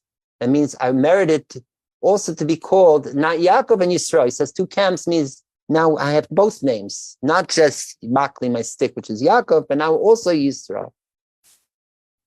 And also invoking his father's parents. In the past, we've elaborated on the significance of these two names, Yaakov and Yisrael. Yaakov meaning more the heel is lower level, Yisrael is the head, Lirosh, higher level. And in fact, that all of what we do in this, all of our service, all of our thing is either are you Yaakov or Yisrael, right? Remember last week we were studying from the Shar Gilgulim of the Arizal, the different combinations of zivugim, pairings. We said that the four main names is Yaakov, Yisrael, Rachel, and Leah, the combinations. So Yaakov Yisrael is really one human that has two names. Almost like we said earlier, the twin, that Yaakov is a twin in one body.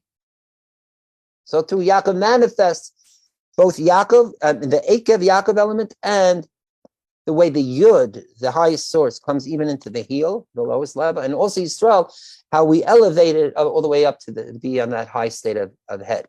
Incidentally, that is why it explains something else. You see, with Abraham, after he's called he's first Abram, then he's called Abraham, right? Once he's called Abraham, the Torah doesn't go back to calling him Abram again. In fact, I think it's the Gemara says you're not allowed to call Abraham Abram. It's a no-no, right? But it's very interesting in Chumash, 2 times it says that Yaakov's name turns Yisrael, and that you should no more be called Yaakov, only Yisrael. Both when he wrestles with the famous story wrestling with the angel, which is in this week's parsha a little bit later too. First, the angel tells him, no more name Yisrael, only Yaakov. Then later in the parsha, when he returns to Bethel, which is where he was originally, where he had the great dream of Jacob's ladder dream. There, he returns there, and he brings another sacrifice, an altar, what have you. There, God himself calls him. He says again, Yisrael, not Yaakov. Yet, just a few psukim later, he says, Yaakov's, like, what's going on? You just said no more Yaakov. No. So it's explained, it doesn't mean that we cancel Yaakov out, but it just means that he included Yisrael to be the main or more important expression of Yaakov. But still, we all have to both Yaakov himself and all of us, because we are known as the Jewish people as Bnei Yisrael or Bnei Yaakov, right? Or Beis Yaakov, Bnei Yaakov. So we embody both elements, both Yaakov and Yisrael. So therefore the Torah too expresses it both. It just is saying that, remember, Yaakov itself is subsumed and channeled through Yisrael. That's the way I understand it. That means that it should no more be called Yaakov, meaning calling means that it's the emphasis, the most important. Okay, so now in our parsha is the transition where we include a higher state of the Yisrael state. So that's that's Yaakov and Yisrael. Okay, there was something else. It just slipped my mind. Hopefully they'll come back. So now the Degel again continues. More we could say, Kiba Makli, what is this word for with my staff? Avartis Yarden. Like my grandfather, the Baal Shem Tov, told me, Shapam Achas, that once, Avar HaNester, he wanted to cross a certain river. Nester means the river, and it may even be the name of a river. Not sure. Right? Lishum Shem, what meaning he had no boat and there was no bridge. And they wanted to cross the river somewhere in wherever, in East, whether it was Ukraine or Pennsylvania, wherever he was. So what did he do? He just took his gartel, his belt, he laid it out on the water, like floating on the water across the river, and he walked on the belt like it was the cross, like a bridge over the water, and he was able to cross the river. All right. So he wasn't only right. So he did the great walking on water thing. But there's what I can't hear you. You're very Harvey, your audio is messed up again. Yeah. Okay. If you By try to get that audio, the Nestor River, I think it's in Moldova. It's in Moldova, so it is the Nestor. It is the river. It is the Nestor River, right? It could be the name is already back from like Roman times, right? Because wasn't there like a emperor, a Nestor or something? I don't know. Anyways, so he crossed it without using any blishum chain means without you using any like let's call it Kabbalistic magical incantations of God's names or different spiritual ways to do supernatural feats. The Amar and the Baal Shem Tov said, this is what his grandson's saying. How was he able to cross if he wasn't using any of the names? God, it was just based on his complete faith. And this we can say, now his grandson, the Degel is saying, that's maybe means here that Yaakov crossed the Jordan with my stick, with Yaakov. All Yaakov needed, he's saying maybe Yaakov also walked on water when he crossed the Jordan, his way out of the land of Israel. He went because Yaakov is the attribute of truth. And that he used his complete faith, that helped him cross the Jordan River. Oh, okay. So now I remember I want to say one more vignette about Yaakov, the two names Yaakov and Yisrael, even though we did elaborate more in detail, if I recall, last year. And that is just to connect it to our general thing. I'm just going to go out of the screen share for a moment, and then we're going to go back to the Parsha, okay? It's related to our overall theme of what we're doing here, which is Shabbos and Motzoei Shabbat. And if I recall, the Alter Rebbe, Baal Tanya himself, brings down in his Hasidic discourses, again, if I look at the other places, that the two names of Yaakov and Yisrael also represent the state of every Jew throughout the week. That the 6 days of the week, we're in a state of Yaakov. We have our heels on the ground. We're very on the low level. We're very earthly bound. We're very involved in worldly activities, job, work, what have you, material state. Shabbos, we are in an elevated state. We're in the headspace state. Lirosh, or Yashar Kel is another way, right? We're on the highest level. So Yaakov is the weekday, Shabbos is Yisrael. But even the weekdays, when we pray 3 times a day, especially Shacharis, it says we revert to the Yisrael state. Okay? So we're the same person. It just depends what name we are using for what time of the week and what we're doing. Okay? So just know that. That's connected to Shabbos and weekdays. And this also helped for me to understand something, specifically having to do with Motzoei Shabbat, the end of Shabbos. Why? Because one of the Zemirot, right? Because we've been dealing with Motzoei Shabbat stuff, and also talking about the here and there the Zemirot, even though there's no Arizal Zemirot. What is a main song that people sing, a Zemer of Motzoei Shabbat? Who knows? That has to do with Yaakov.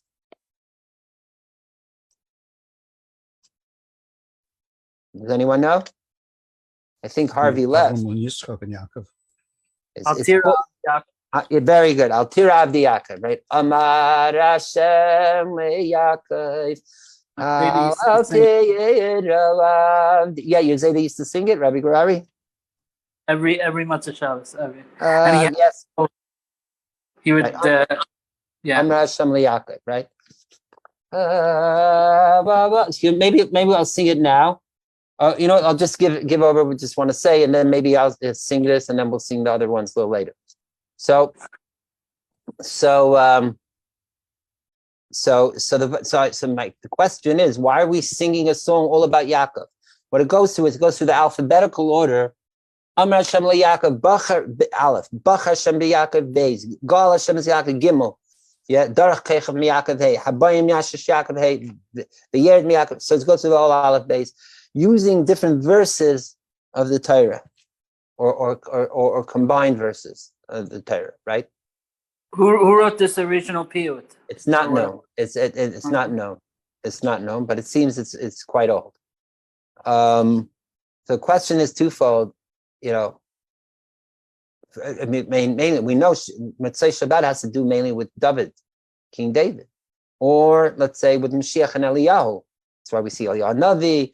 We say David Malcham Mashiach. But where does Yaakov come in here? What does Motzoei Shabbat have to Yaakov? But based on what we're saying now, it makes sense, because Motzoei Shabbat is the beginning of the weekdays, right? So we're leaving the state of Yisrael, and we're beginning now the state of Yaakov consciousness. So therefore, we want to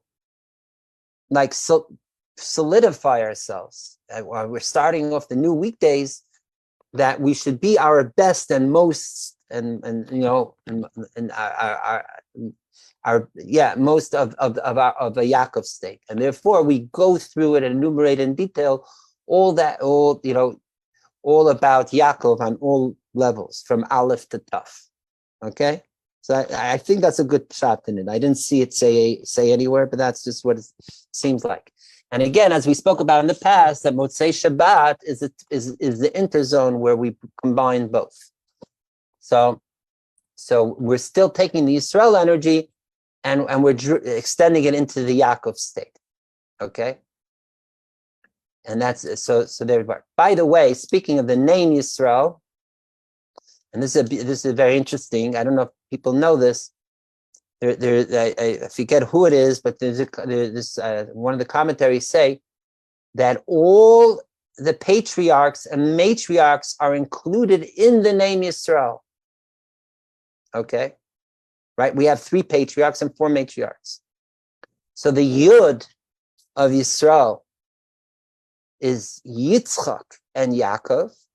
Okay. The Shin or Sin of Yisrael is Sarah. The Reish is Rivka and Rachel. The Aleph is Abraham. And the Lamed is Leah.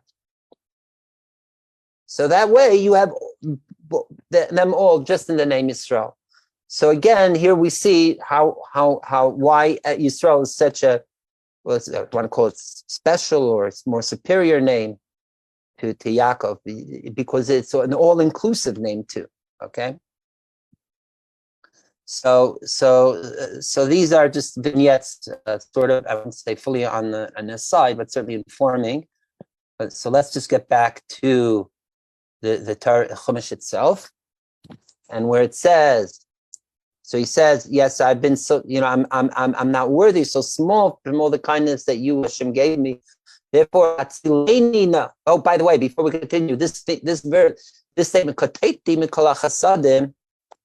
is in fact the way it's related to the 19th of Kislev, the Baal Tanya, right? Is because one of the very first letters that he sent out to his followers after he was freed from prison, in gratitude to God and to everyone for being saved from and all that, he started his letter with these words. He was saying even on himself that he himself was not worthy of all the greatness and kindness and miracles that happened for his release. and I'm almost certain he wrote it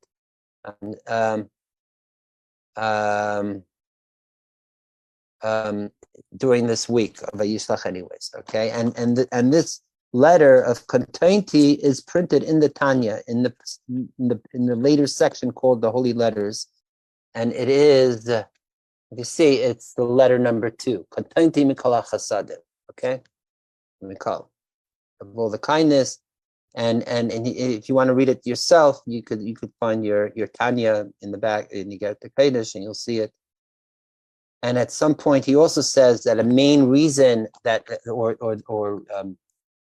a reason, a certain virtue that helped him be freed was from all the charity that he gave, that he collected for the community, and also for those living in Israel. And that was one of the main reasons he was arrested too, for collecting money and sending it off to Israel, to whatever you want to call it, then Palestine, Israel, what have you, which then was under the Ottoman Empire. So some say that it was being used against the Alter Rebbe, the Baal Tanya, as that he's raising money for a foreign power or even enemy. I think the Ottoman Empire I think they were seen as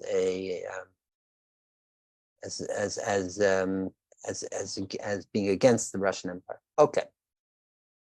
And then, Yossi says that there's a song to Kontainti. I'm not sure. Maybe you share it with me, but there is, I know, a song to the next verse and the next 2 verses, the different 2 separate. So, Hatzileni na miad achi, save me from my brother, miad Esav, from the hand of Esav, Kiyari anechi, for I fear I say him, and Yavi Vikani, if he may come and Vikani and beat me up. Hey, Mabanim, the mother with the children, meaning of me and and everyone here, the whole tribe. Yet, and you God say, you told me that Amarta, you said, hey, I'll do only good for you. And I'll make your offspring as multiplicitous, as meaning as so many, like the sand at the beach, at the sea, that cannot be counted because there's so many. Okay, so, and then it goes on about how he brings the gifts to Esau. We'll soon get there, but on this at least, I'll sing 1 or 2 songs to this verse. They're both old Chabad Nigunim.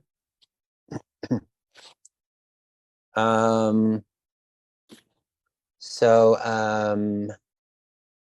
let me see. Wait, I just heard our musician came in. Who wants? Should I try to get Levi to play to play? Does it sound good? Oh my God! Yes. Yeah. Okay. Let me see if he's up to it. Hang on. Wait, Levi. Levi. Hey, what's up? Are you back? Is it your perfect timing? Because I was just about to sing Hatzileni na and Va'ata Marta. Then I heard you walk in. Can I come a minute? Yeah, 100%. Okay, so he's gonna come in and just play. Baruch Hashem, we got that. So don't forget to switch to the music mode. Right, thank you. Okay, we'll do that, and I'm not going to do any rattles. Okay, so just let the rattle be far away from the microphone, and let the guitar be close to. Yeah, I don't need. Okay. Just quickly, Baruch, the one that I had in mind was, I think it's some kind of Sephardic singer. It's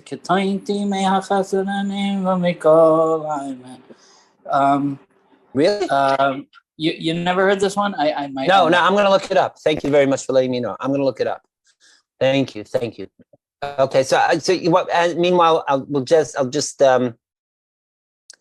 look a little bit more in the parsha because in this way we could get to some other points. So basically, so in order to entice Esav, or pacify him rather, that he shouldn't attack him, he sends him a bunch gifts. He sends an advanced team of gifts, all different types of animals, and it says here goats and other types, and camels and sheep and bulls, a whole litany. and not only that, Yaakov smartly says, make them in separate groups and let them roll out to Esav, so look like so many, and we'll warm them up to it. And then when it comes to the family, that they also to send them out different. And this is the gift that to send to Esav.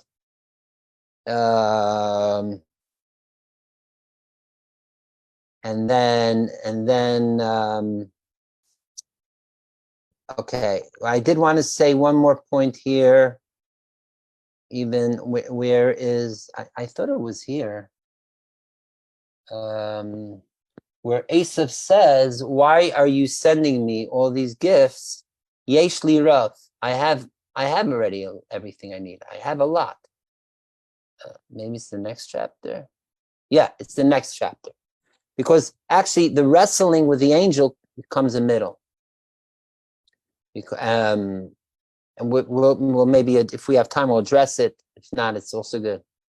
Right, so Yaakov goes on. Finally, he meets up with Esav, and they first bases or bows to him 7 times, and then they go and embrace each other, kissing, whether Esav was sincere or not.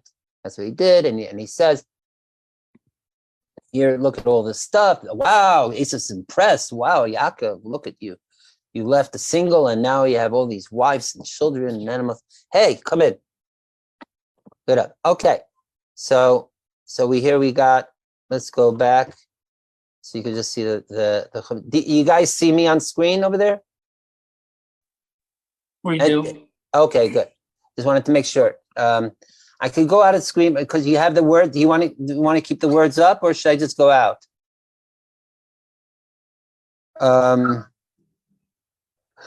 Okay, I'm gonna unplug this, and I have to do also out of this for a moment and do the shins. Okay, music on. Okay, does everyone hear us good? All right. I'm not sure I know how to lean in. Okay. So if we could just do you want to try Hatsilanian? I'll play it. Okay. Tell me. Here, you sit there. Okay. Okay. Hatsi.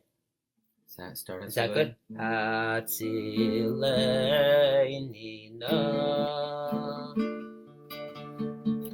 meyadachi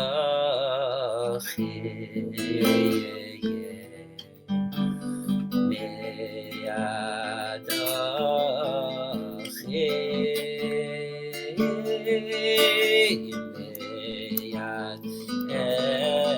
Elisa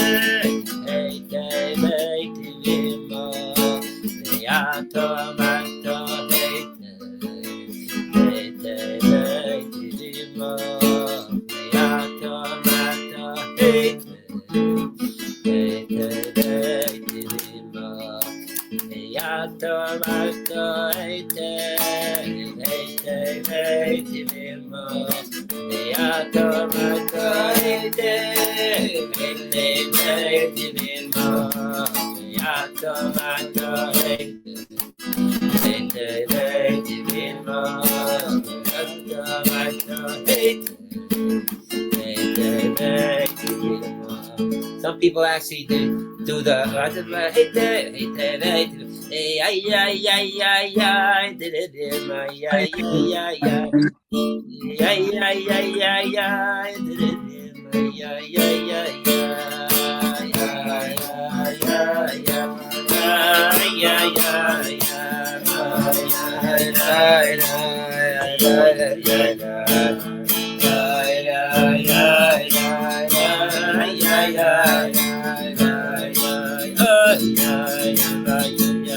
Okay, that's one. Right. Now the regular bath, whatever we do.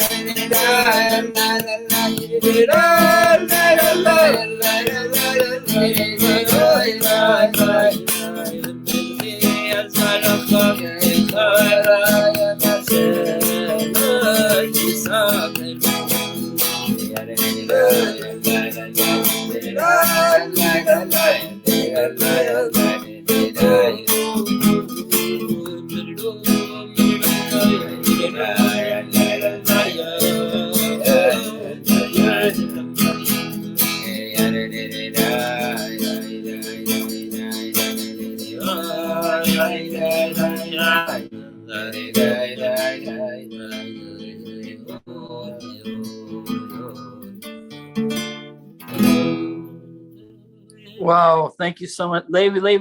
Wait. Can you play Avdi Yaakov? Maybe it's for Bissell.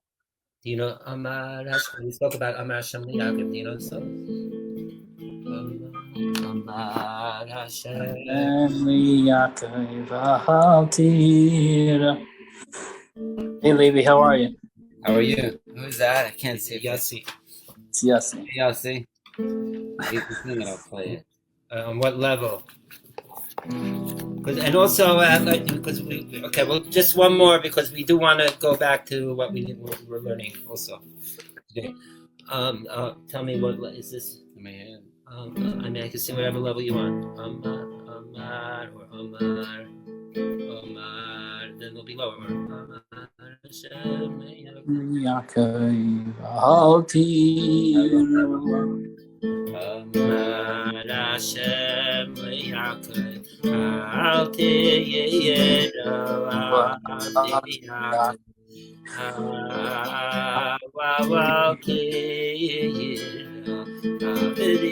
Yaakov, Bachar Hashem Yaakov, Al Tiyero, Al Yaakov.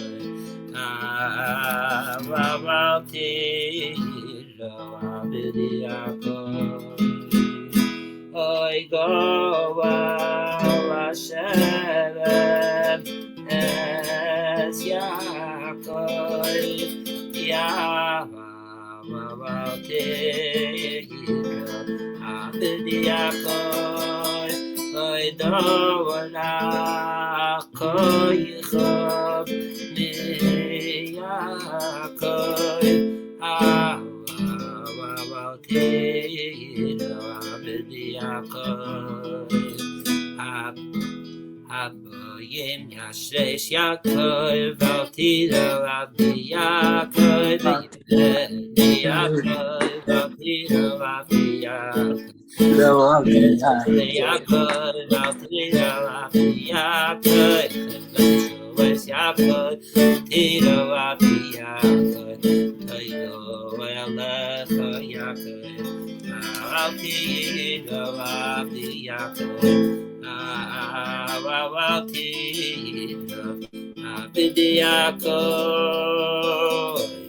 Yoilu Mishpatech Yaakov, Awalti Avdi Yaakov,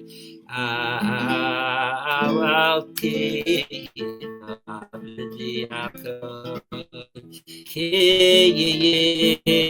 Moinawachash. Here is it. The text is on the screen. Yaakov.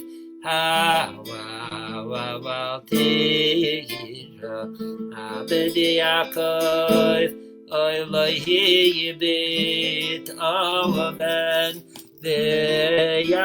Yaakov,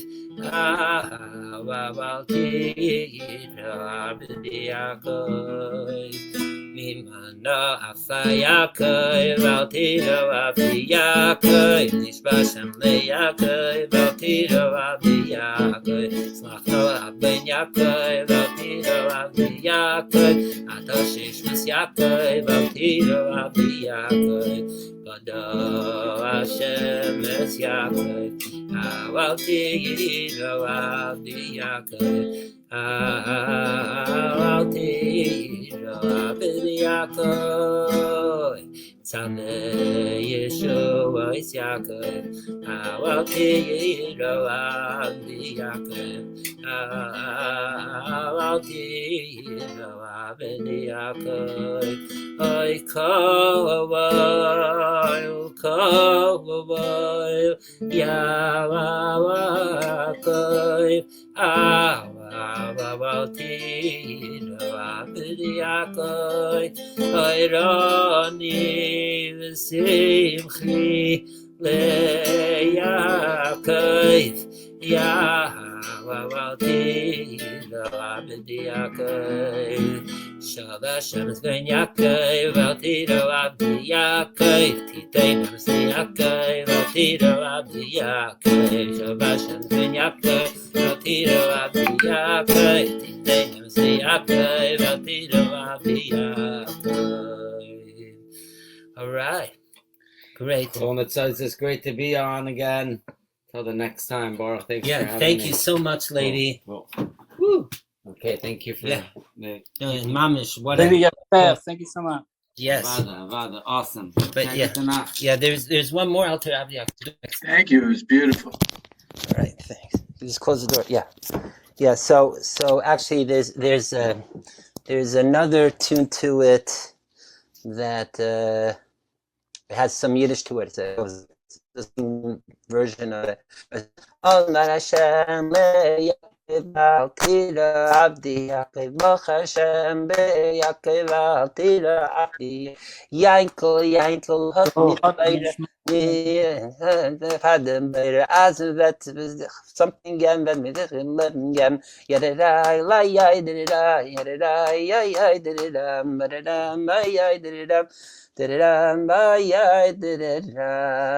okay, this is so great. We got even some music. This is Harvey. I just want to say before when you told the story about Shem Tov with the gathel, with the belt, right? I was going to say anybody who can walk on the river and the water with a belt can walk without a belt also. Right. That's what I was going to say. I would say in a way that we need to get the Kaylee also, it could have, but there was a reason why, it's a mystical thing why he had to do it dafka that way. I hear you. Look, Moshe could have made a snake just out of nothing. Why do you have to throw a stick on the ground to make the snake? I hear you. Baruch, I came a bit so late, but is it the one where he saw an ice cross that what's it called? No. The No. It's a different. It's just simple. His grandson, the Degel, says that his grandfather, the Baal Shem Tov, said once he had to cross the Nestor River. So without using any of the names, Sheamus, he just used his gartel, threw it over, and he walked on it. So the question is, and then Baal Shem Tov, after he told his grandson, don't, I didn't need to use names because I had my Amunah. The Amunah itself was the most powerful, you want to call it instrument, medium to do the supernatural feat. So he says too that when it says Yaakov says I only cross with my stick, because the word makli is also gematria Yaakov. He's saying just the name Yaakov itself, because Yaakov is, like you just said, that titin emsa Yaakov means truth. That just the power of Yaakov's emunah in the truth, that itself was enough for him to cross the Jordan, so to speak. Yes, your hand is raised, Yassi. Anything specific? Just a quick question. Yeah. Are there any miraculous accounts brought down in Chabad sources for the Baal Shem Tov, or is he ever mentioned in that light in the Chabad sources? Very much so. I we won't go into it. In fact, okay, because but I will say, because it's also about the Yitzchak about Alter Rebbe. If you look at the very famous book Shifchei Baal Shem Tov, I'm just going to go out of screen for a moment. That which is known for all the great stories, a lot of them supernatural with the Baal Shem Tov. The first quarter, or at least if not third of the book, is materials that the publisher of the Shifchei Baal Shem Tov, one chassid by the name of Yaf, I think Yisrael Yaffa, who was a publisher in Kapust, that he added to the beginning of the manuscript Shifchei Baal Shem Tov the stories that he heard from the Alter Rebbe of Chabad, all about the backstory of how the Baal Shem Tov was born and grew up, and a bunch of these stories we know of Baal Shem Tov's youth, including miraculous stories, including killing a great werewolf and a magician, a sorcerer, and other things, the mystery of meeting his teacher and studying Kabbalah. All that is coming from the Alter Rebbe, from Chabad. So it is true that Chabad is not as much into miracles as other Hasidic groups, and there's great reasons for it, because they say don't get carried away, distracted by all the all the theatrics. The biggest miracle is, in fact, transforming one's own life, becoming a better person. That's the number one miracle. And as the term is, by Alter Rebbe Chabad, like miracles were it was all over the place, but no one bothered to go and pick them up, because it wasn't seen as primary aspect of what Chassidus is. But yes, miracles were all about. And that's why in Chabad too they speak about the miracles of the Rebbe, including the last Rebbe, right? So there is a strong tradition in Chabad of emphasizing miracles of all the Rebbes, especially the Baal Shem Tov. In fact, with Baal Shem Tov, when something miraculous happens, the way we speak about it is it's a Baal Shemske Maisa. Baal Shemske Maisa means that something that's beyond the natural, or something like very profound in the super, like something of open miraculous state, right? Okay, so there is that. So we got that great musical interlude. So just to go back to the parsha, so he says he gave so actually I was just going to end off at a pause at this point in the parsha, just pointing out again. Wait, let's go back there. That it's Esav himself. He says, I have so much already. Esav was also a successful business guy. He must have had also a bunch of property and things. He says, yeah, you can keep it. They say, don't think I'm going to take away your wives and children and cattle and whatever. I already have enough. Yeah, I'll take your gifts, but I'm not right. And to which Yaakov responds, no, take my blessings, my gifts, because God gave me Yeshli Koil. I have everything, and He finally gave it, and Esav took it. So there's a lot of interplays here in the parsha. Yaakov going out of his way to find Esav. The question is, he hears there's Esav. He knows his brother had this vengeful state. Why would he even bother to go after Esav, right? And if he is, why is he, again, like we said before, why is he belittling himself, so to speak, to Esav, calling him master, himself servant? And why is he sending him gifts? And what is this many? I mean, that Esav says, I have much, and Yaakov responds, I have everything, right? So for this latter part is very simple. Like this many, like we said before from the Zohar, if whoever says he's Rav is really small, meaning many here means Esav says was being braggadocious. Oh, he's saying in an ego way that I don't need anything from you, Yaakov, because I have it already, meaning I'm in a way I'm greater than you. Okay? Soon we're going to see in Kabbalah what that means, the many.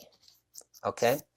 And to which Yaakov responds, I hear you, but no, what I have, as great as what you have is, but what I have contains all. Meaning, because I reached a state of complete bittul, surrender, and therefore I am able to absorb everything. Right? But it's not everything that's making me bigger, to the contrary, it's in everything because I'm a nothing. Therefore I have it all. And therefore I want to share with you what that is. But still doesn't make sense. Why would Yaakov even want to share with Esav or think he could deal with him? Okay? Just incidentally, it follows up, like later it says, okay, at the end, right, Esav accepts the gifts. Yaakov says, I'm going to take my time leaving it. And you know what, Esav, I'm going to meet up with you on Mount Seir, where you're going to go off to. Really, Yaakov never does in the Chumash. But we know, according to the teachings, when he says he's going to meet you at Har Seir, it means for in the world to come. I think Rashi even brings this down, that it says, as we say in davening before Yishtamach, right, that the great salvators, those that were the saviors, will go out from Mount Zion to judge Mount Seir, and will be the kingdom of God, which refers to when Mashiach, the Messiah, will come and vanquish all the negative forces of all the nations of the world, specifically of Edom and Seir, because we're in the exile of Edom. So in a way, our exile, which is the fourth exile, is directly linked to Esav himself. Okay? Incidentally, the word Esav, who knows what the word Esav, the name comes from? Yaakov, we know. I think it means that he held his heel. He grabbed. Well, that's the name Yaakov. Oh, that's Yaakov. Oh. Right. But Esav means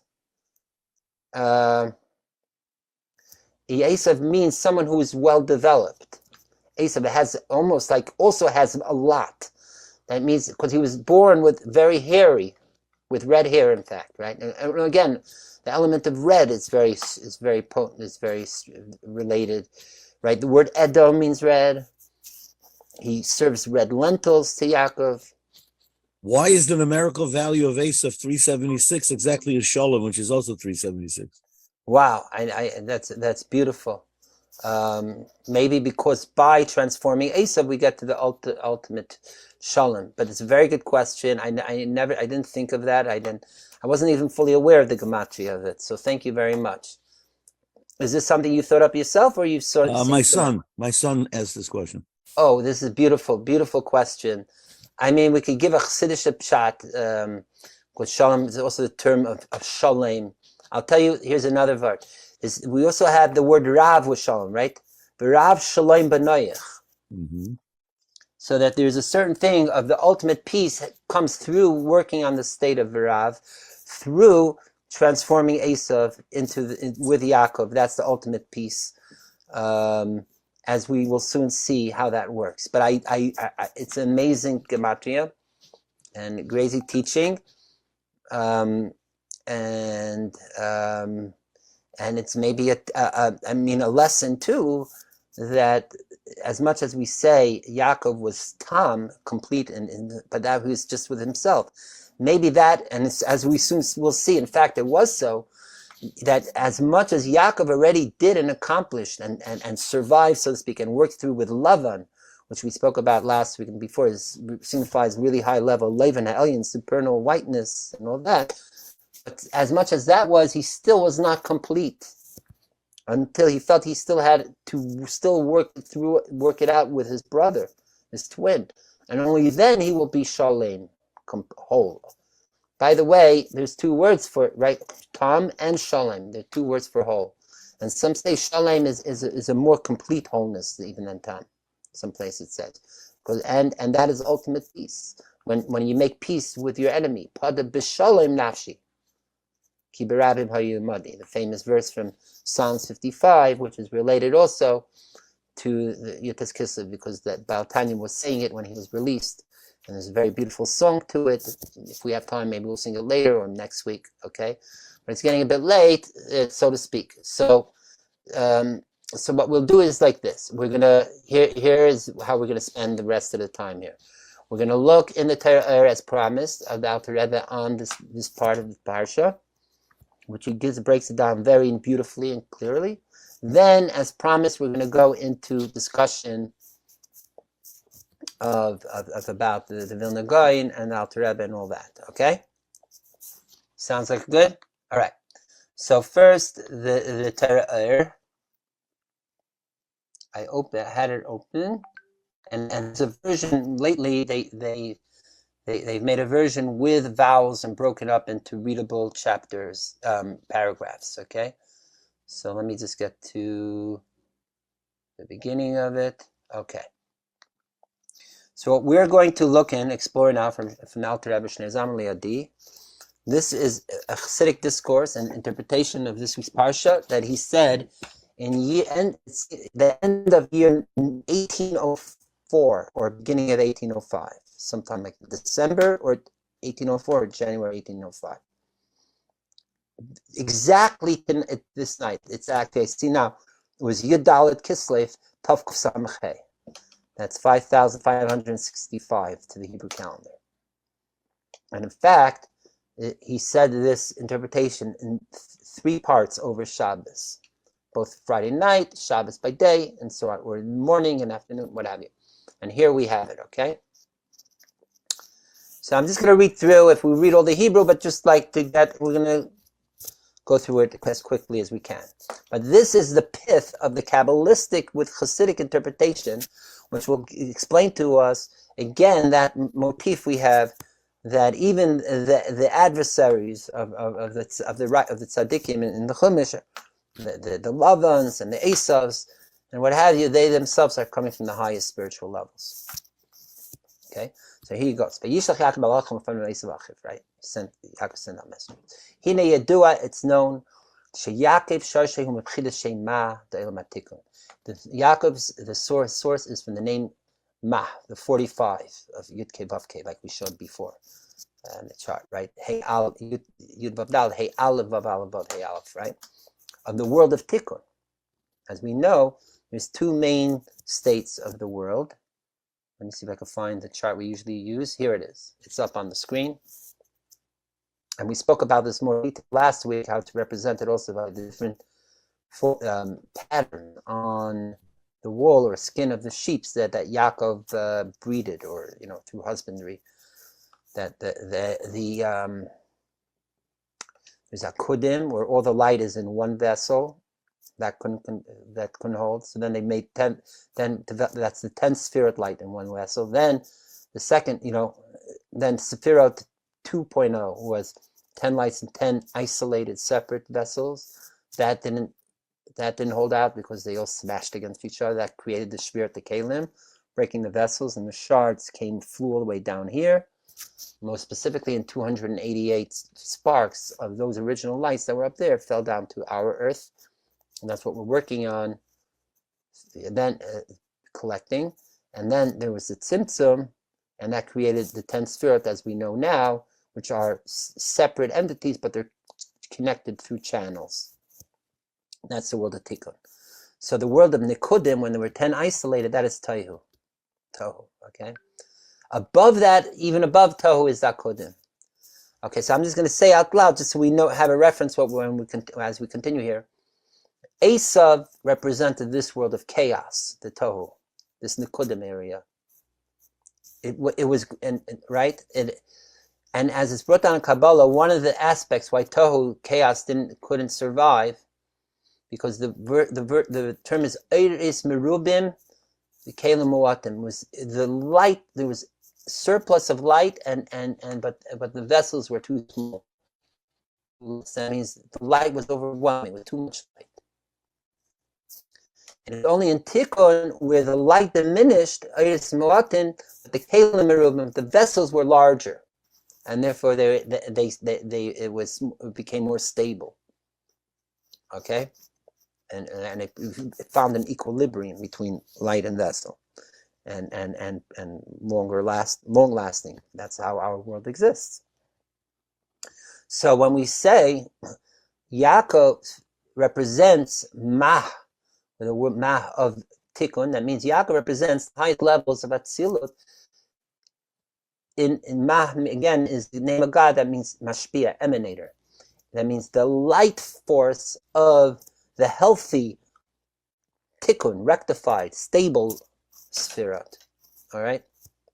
Whereas Esav represented the lights of chaos, spirit lights of chaos.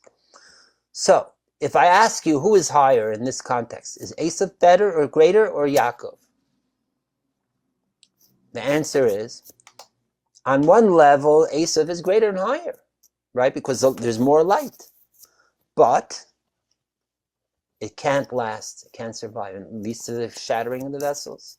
It's like we read before from the Zohar. If light is too strong, the eyes cannot absorb it.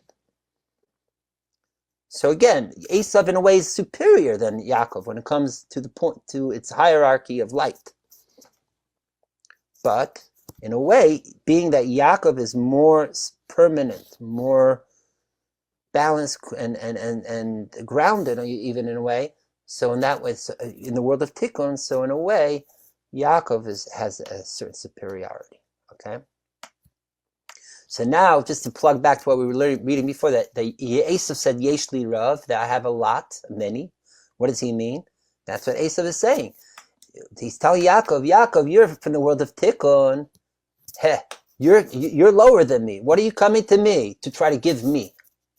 I'm from Tohu. I have Yesh li Rav. I have the greatest lights, more lights, surplus of light.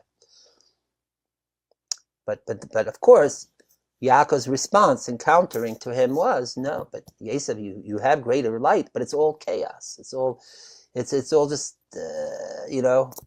there's no control to it. It's just there's nothing. It's separate lights. It's disorganized, and therefore it's non-functional, non-productive. It's not everlasting. It's not healthy. And so Yaakov says that even though I am maybe the way you see it lower, but my light is healthy and stable, and therefore Yesh li kol. Yaakov says I have everything, and in fact that's why Yaakov is trying to go to Esav to take his state of tikkun, of the fixed state, the 3.0 of spirit state, plug it with Esav's great light, of where the light is greater, not just to get to Esav, because really it's to reveal something that's higher, to the Adam Kadmon, the primordial person, even higher, to the Ein Sof itself, to the Ma'or, the illuminator. Okay? So that's the dynamic, that's what's happening here between Yaakov and Esav. Incidentally, and we're going to see this maybe it's mentioned here, this is coming dafka after Yaakov accomplished with Lavan, because Lavan is coming even higher than Tohu. This is the way it seems, the way I understand from Kabbalah Chassidus. The Lavan Ha'elyon, the supernal whiteness of Lavan that we spoke about, is higher, it's even more like in Akudim, even higher than Tohu. So Yaakov already worked through that. He accessed it, and he did the birur, as we said, the sorting out, and the elevating even that state. So now he's coming to do the next step, to clean up there, to tap into the tohu states of the light and transform it into tikkun. Okay. So that is okay. So so that is the setup here. So let's just continue here in the Maimer, and then we'll go through this a bit, and then we'll go on to about Yitzchak Kislev. Okay. Yaakov is from the source of the name Ma, 45, in the world of Tikkun. Esav, however, is from the world of chaos. The lights of chaos, the Tohu, is so really great, very big. They couldn't remain contained in the vessels. They departed, separated from the vessels. And by that it became surrounding, circumambulating type of lights. Called transcendent light, but transcendent sounds more virtuous. Makif means it's something that cannot go into the vessel. So it just stays, roams on the outside, around it. So sometimes we say Makif is greater than Pnimi, than the internal. It's so big, it cannot even go in. So it's true. But on the other hand, it's disconnected. It's not really accomplishing what the light needs to accomplish. So again, there's that polarity of the Makif, the circumferencing light. It's greater, yet it's less functional. It's not really achieving what it's supposed to. Vakalim, and as we know, as it showed before on the chart, because they were Makif, they couldn't be contained in the vessels. The vessels broke and fell down. That's the Shvirat Kalim, the famous shattering of vessels. Therefore,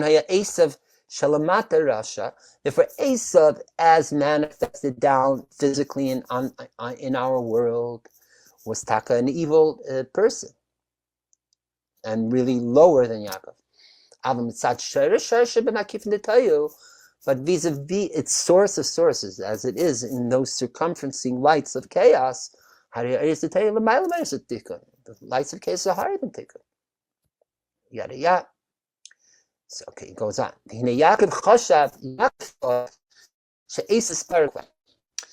thought he was away for 20 years, and Esav went out there, and he thought, Esav has so much great high lights and so much exposure and access to these sublime levels. 20 years, he must have worked things out. He must have really elevated himself. And he must have returned to his highest supernal source up there in Tohu. The way surrounding lights in chaos before Tikkun. So now Yaakov thought, now I'm going to go over to Esav and now become even more complete by merging with the certain benefits of the light that Esav contains. That in a way is even greater than him. Therefore, Yaakov sent messengers. Lefanav means before him, but also mean above him. Okay, lefanav mamish, meaning to a place that is a higher level than Yaakov himself. Where Esav Achiv Seira, to Esav his brother in Seir, this is the primordial kings of chaos. Okay, what is this primordial kings of chaos? Who knows? What are we referring to? No, or remember, we did mention this last year. I don't expect people to remember. It's also related to our parsha, at the end of our parsha. Does anyone remember? So if you look at the end of our parsha, it's the whole litany of the offspring of Esav. That's one part. In copious detail, who he married, his children, grandchildren, blah, blah, blah. That is followed at the very end of the parsha with 7 kings. Really, it's technically 8 kings. Let me just, you know what? Actually, I'm going to put it up in the parsha because it's good to see it visually. Is it the end of 34 or 35? I think it's the end of 35. Hey, please open. A little slower now. I don't know why. Oh, here we are. No, it's children of Yaakov. Actually, it's Lamed Vav, 36. These are the offspring of Esav, who's Elgai, blah, blah, blah. Then, you see how long it is? And then it goes like this. These are the kings that ruled in Edom before there was a king in Israel. What does it mean before there was a king in Israel? It's like we're saying before. Esav, who's Edom, the land of Edom, is Tohu. So that precedes Tikkun. we are in Tikkun. So the kingdom of Israel, which is mainly Tikkun. So we're saying before Tikkun was Tohu, before the Tzimtzum. So in that state of Tohu, there were 7 kings. And he goes through this, that Vayimlach Vayamas says each one a king, then he died, and then succeeded by another. Then there's an 8th. His name is Hadar, Vayimlach Tachtav Hadar, but it doesn't say he died. Okay, so according to Kabbalah, these 7 kings represent the 7 sephirais of the world of chaos, of Tohu, which is the source of the way the spirit come down into Klipot, in the other side. Okay, and it starts with Das. And here I think I have from last year. In fact, I'll show you. You look up on your screen. It's in Hebrew, but you'll have the chart where it shows the 8 kings actually, and how they're represented in the sphere of the Toh. So the first is Dat, followed by Chesed, Gvur, Tiferetz. Then you have Netzach and Hod, which are 1, followed by Yesod and Malchus. Those are 7, or maybe even 8 if you say Netzach Hod separate. And then it's Hadar. The last one is, it says here that includes all. Or which means it was the conduit to bring out, to be the beginning of creating the healthy, positive sephirot that we have of the world of Tikkun. Okay, so that's so when we say the 7 primordial kings of Tayu, it's referring to this, to these kings, and also meaning the sephirot as Sephirot of Tohu and then Klippas, okay, which are also again a state of being surrounding. They're not fully absorbed, contained within the vessels. So Yaakov wanted to access these high levels of these 7 primordial kings of chaos, and to take from those high supernal flights and bring it down into his world of Tikkun. In a light that's manifested, absorbed internally in the vessels, taking these high lights together with the lower internal lights and become great. Take the intensity of the lights that are beyond the vessels and somehow manifest them in the vessels. So you have the quality of both great lights and great vessels. And therefore, the Yaakov continues to the messengers to tell Esav that I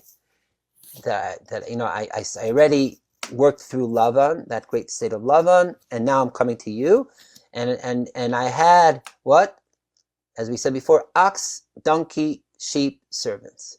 Why all this? He said Tahainu Shehidiyai, that Yaakov is informing Esav that he already finished doing his work in the world of Atzilus, of Tikkun. He said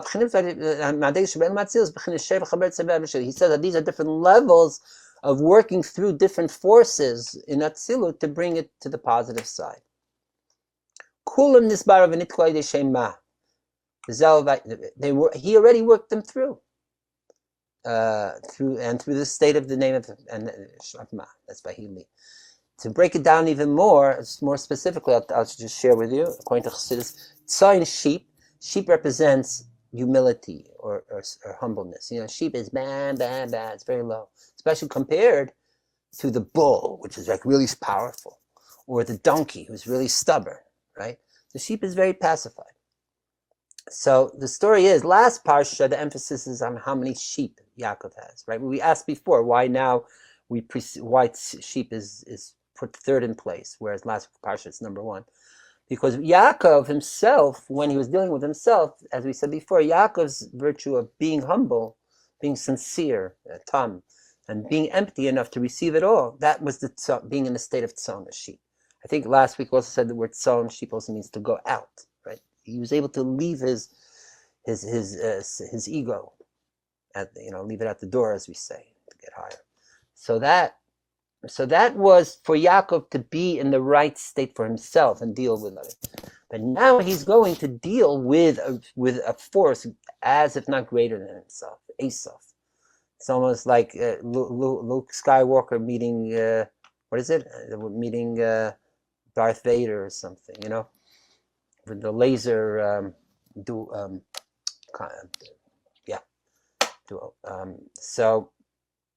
So now actually, Yaakov actually had to tap into something of a certain strength, a certain even bullish type of attitude when dealing with Esav, and even Chamar, a certain stubbornness too, the donkey.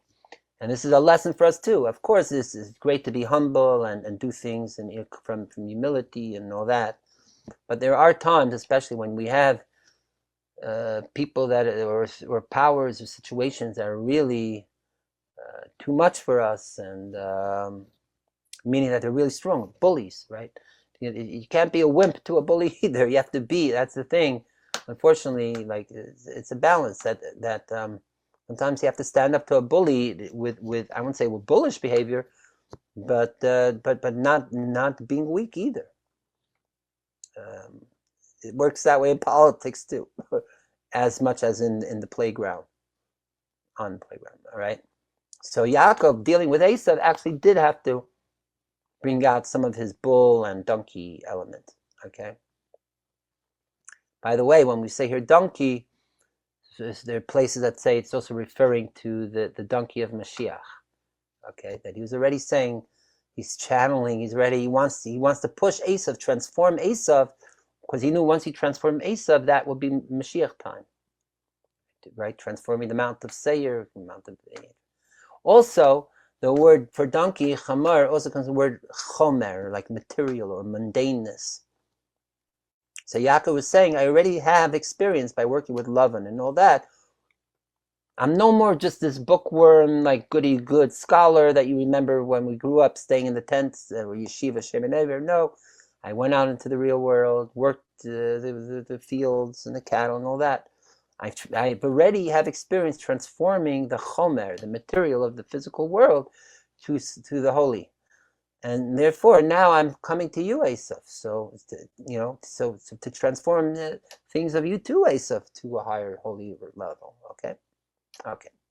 They say, and so he's saying again, how does Yaakov say how are they able to transform it, matter all these states, bull, donkey, and so on and so forth, sheep and on. Because I already spent time with Lavan. What is Lavan? Pishknes Lavan Elion, that supernal high light of whiteness that's even higher than Toho. Because that was the main source and power for Yaakov to be able to work through, do the tikkun in the world of Atzilus. The Kivin Shekain, and it's being so, since Yaakov said they already accomplished it, and I've already been using that supernal whiteness to do it. Now it's time to bring it down into and work it through the circumferencing light of Tov, of Tayas. Because if I didn't complete it, by the way, you see the word nigmar v'nishlam, again, like the word shalom or shalem. So again, this is I think shtickle remez, we could say, to what you were asking of why Esav would be related to the gematria shalom. Okay, he's saying because. So now again, Yaakov says, because if I did not finish doing what I was supposed to until this point, that because the Zohar says that blessing, that means the wholeness of the channel from above, does not come down into an empty, meaning empty of holiness place, but only in a complete or whole place. So again, the word shlim, shalom. Okay, I hope Harvey this helps to answer you some.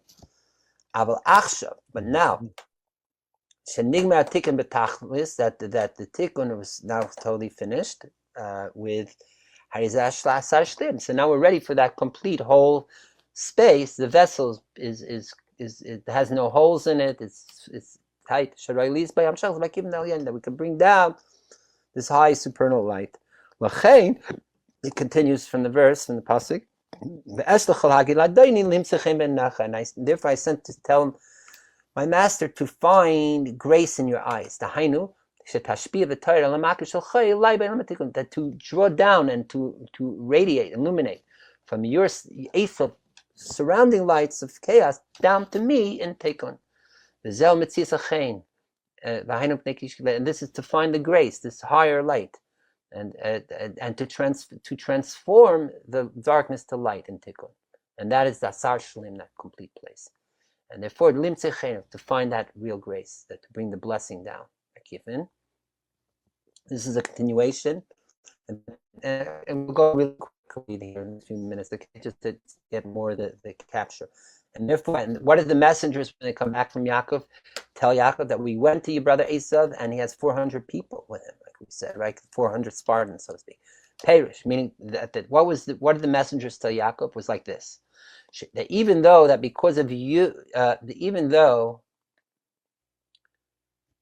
that because that even though because of you, Yaakov, it is worthy and appropriate to bring down this great light of Makif, the surrounding light of Tohu, because you, Yaakov, are already shalem, complete in the space of Tikkun. But Esav, you Yaakov, thought that Esav already purified himself enough that his Tohu, chaos lights, is now all basically healthy. But the truth is, no, Esav didn't really work through his chaos lights. He's still on the other side, right? He's the force is not with him fully yet. He's still Esav. He's still Esav too, right? That's why he doubles Elochicha El Esav. He says, yes, he's your brother, but he's still Esav. He's still in that broken state of the broken vessels of Tohu. He was not fully purified, clarified yet. And if so, how? I know that Yaakov, you want to bring down that great light of Makif, of surrounding lights of Tohu down, but how could you? If Esav himself, because he himself, don't look at Esav the way he really is in the highest source, but look at Esav the way he's down here in the practical world. And the fact is, like we said before, Esav is inferior to you. He's still a Rasha. And then he goes on, I'm just not going to read into it. That represents the 400. The 400 is, and I don't know if you remember this when we were learning in Idri Rabbi Zohar, related to when we were learning B'nai Chalas song, when we were speaking about the forehead. You remember, we went through the whole thing of God's so-called forehead. We went through all the details, the hair, the beard, the eyes, the nose, and the ear, and there was mainly the forehead, because in Shabbos afternoon is the illumination of the mitzchah des the Arachampin, right, or Adam Kadmon, the forehead of God that shines down, which is the most positive light. Now, in that Zohar, there's reference that from that forehead there shines out 400 strong, either you want to say courts or judges or what have you, 400 strong forces, which he also connects with the 400 shekel that Abraham used to buy the Marat Machpelah, meaning that it's really the highest lights, so to speak, but they have not been worked through yet, as high as they may be, all the way up to Keter, but still they are Esav. Esav still controls it. Esav did not transform it yet, right? It's still heavy and strong lights, but only in the future when Mashiach comes and death is eradicated, there'll be immortality. Then there'll be no need for the Marat Machpelah burial. There'll be resurrection. So then those 400, those high source forces will go back to its healthy state, and therefore, and that's also just notice that he says also that is the gifts that Yaakov sent to Esav. That means that Yaakov wanted to elevate mayim nukmim, the feminine waters, as we speak about, meaning that's the way the state things are down here, Another term for it would be, like we spoke about in the past, or choser, to return light. Another term would be ha'olat nitzotzo, to elevate the sparks, which this is important to what we're going to soon read about the Vilna Gaon and Alter Rebbe. That's right. There's two waters. So there's masculine water, Maim Duchrin, that comes from up down. Then there's Maim Nukman, feminine waters that rise. The whole point is to elevate the feminine waters and to bring down the masculine waters. So that means that speaks about Ha'alas Man, elevating Maim Nukman, feminine waters, and Laham Shechmad, to bring down Maim Duchrin, the masculine waters from chaos. And he says also that's why also Yaakov was also sent non-kosher animals as an offering and in a life state, because the whole way of halacha, what is kosher, what is treif, and how you're supposed to bring an offering, a sacrifice, that's all in our world of tikkun way. Our way, the tikkun, and there's things that are bifurcated and linear, yet there's right and wrong and all that. But in its source, where light and darkness are co-equal, like we began speaking at the beginning, there you could bring an offering, even if it's a non-kosher animal, even if it's a bull, even if, like he says, he brought camels. And as he also, even that, he was able to bring offerings, because he's saying, you, Esav, you represent chaos. So I am activating, I'm expressing myself with an offering of your world of chaos, where kosher and treif is all one. Okay. So then it says that we have the part of the parsha that we were reading earlier. Yaakov prays to God, the God of my father and mother. Then how he says, I was small to all your kindness, and save me from my brother Esav, so he won't come and beat me up. And you tell me how much great we like. That's Hatzileni Mna, right? Meaning that Yaakov prayed that in order, that meaning after Yaakov found out from the messengers that Esav has not been worked out yet, he's still on the other side. So now Yaakov has to invoke his parents, his ancestors, Abraham and Yitzchak, that with their power, now he'll be able to now maybe transform Esav and bring it down here. To save me from this Esav down here and to transform it. What does he do thereafter? As we read earlier, he splits his camp into two parts. He says, so in case one is attacked, the other will survive. But deeper, and we're not going to read it all in depth, but it's related also to what we were reading before from the Zohar, is again, there's two ways to petition things. There is, as we spoke before, about the triple three, like Nisan or Sivan thing, or Tisha Chashon.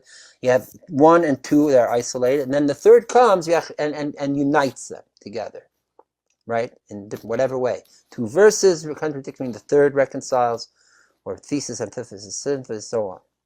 And in fact, and I'm just reading out like off the text here, just therefore in the Sefirot, the way the Sefirot are aligned for us in our world of Tikkun. Let me find a chart here. Okay, look on your screen. So there's 3 lines. So you look. There's one like vertically on the right, then on the left, Bina Gvura Haid. But then you have the middle Kavem Tsoy, the middle line, which is Keser or Das, Tfiharis Yisait Shechina or Malchus. So according to Kabbalah, this is the ultimate healthy way, because when you have 2 opposites, polarities, then you have the third that unites them together. Okay? So that is the healthy way. But if you only have 2 lines, that means that there's separation, antagonism. That's the unhealthy way. So in a way, Yaakov is actually saying, I'm here to elevate you, Esav, in the world of Tohu. You, in the world of Tohu, are only 2 lines, 2 separate things. So I am going to enact that too, to be at your level, Esav, like Tohu, of 2, not wholesome 3 that is really 1, right? So I'm going to do that, to be that way. As he says here, right? In a way that chesed is separate from gvura and so on.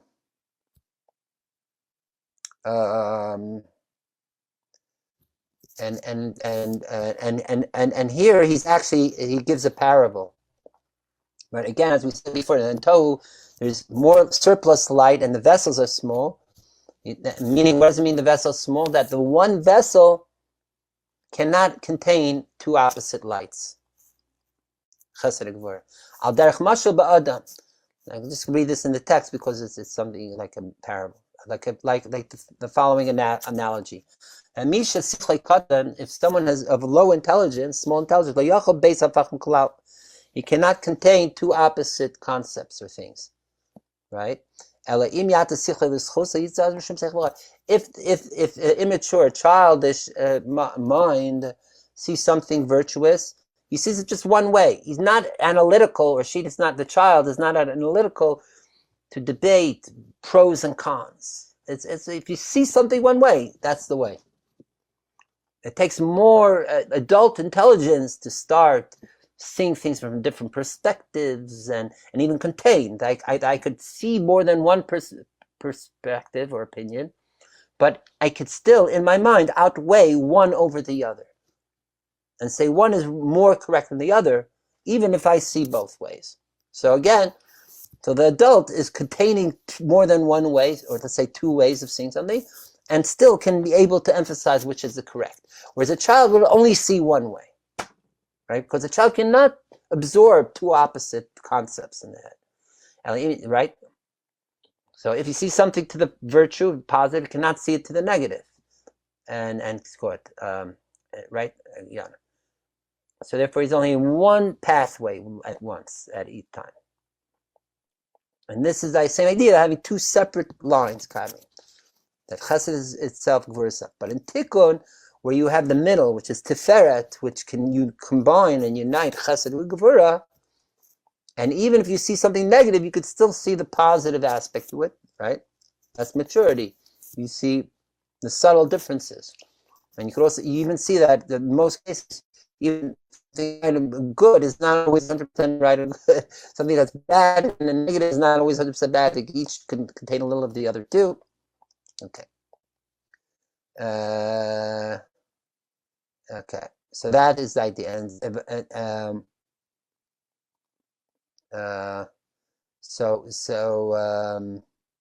therefore, Yaakov, even so, as we said before, but since Yaakov, he's saying, just like the feminine words that to elevate have to match the masculine words from above coming down. So now that Yaakov wanted to get up to tohu, the chaos, therefore he himself enacted a tohu, chaos way down here with two separate, and hoping that will make the setup to be able to bring down that high light of tohu from Esau. And that too is why he even brought these non-kosher animals offering, saying, I am on that level of tohu.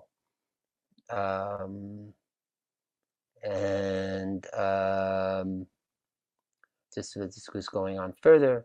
He even goes on here explaining what a camel is. Camels has a positive attitude of like gomel, gamul, to be very benevolent, giving to the others.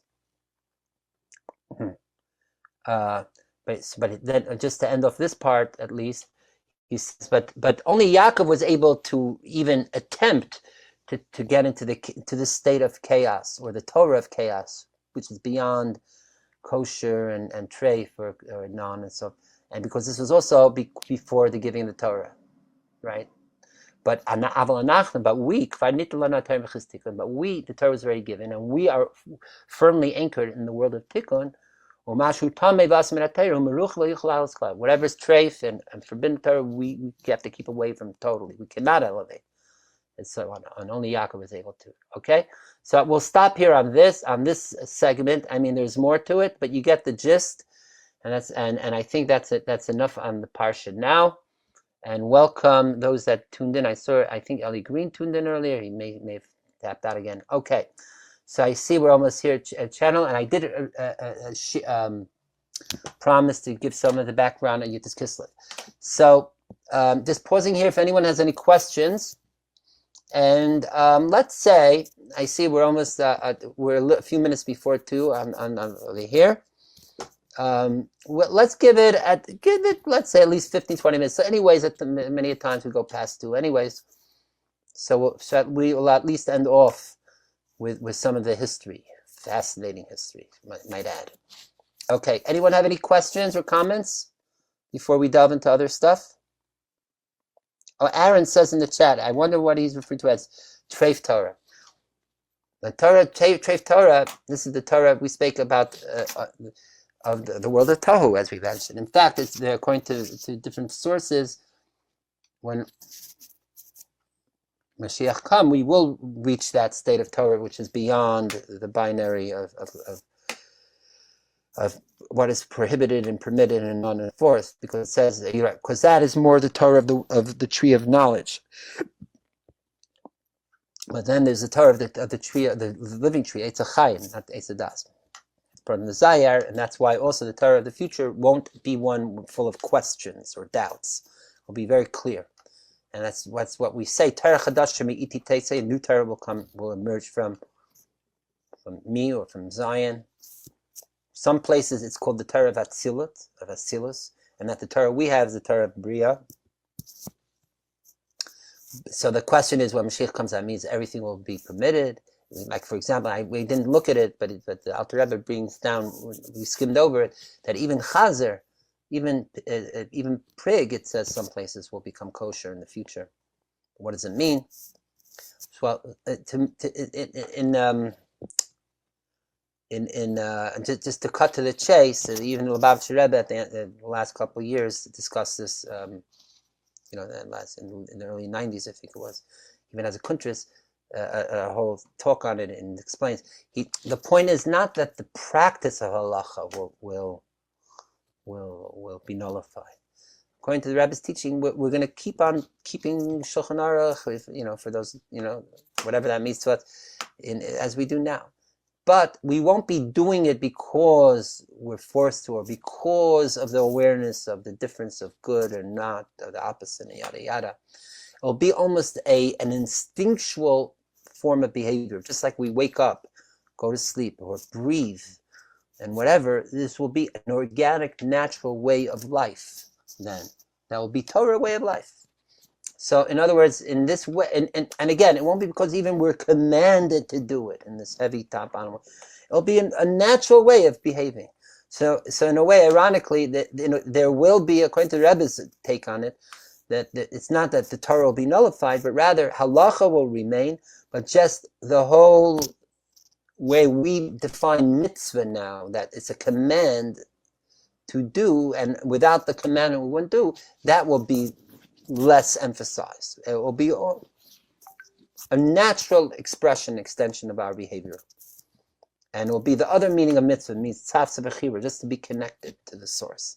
Okay? But there are those that do see it in a way that everything will be permitted then. And in fact, that's what the Sabbatians were saying, that being Shabbat Tzvi and all that they falsely claimed he was Mashiach, and therefore certain things are permitted. Are there opinions amongst the Frum that Orthodox view that's what happened? What do you mean? That's what happened? That's what will happen when Mashiach? Oh, will happen.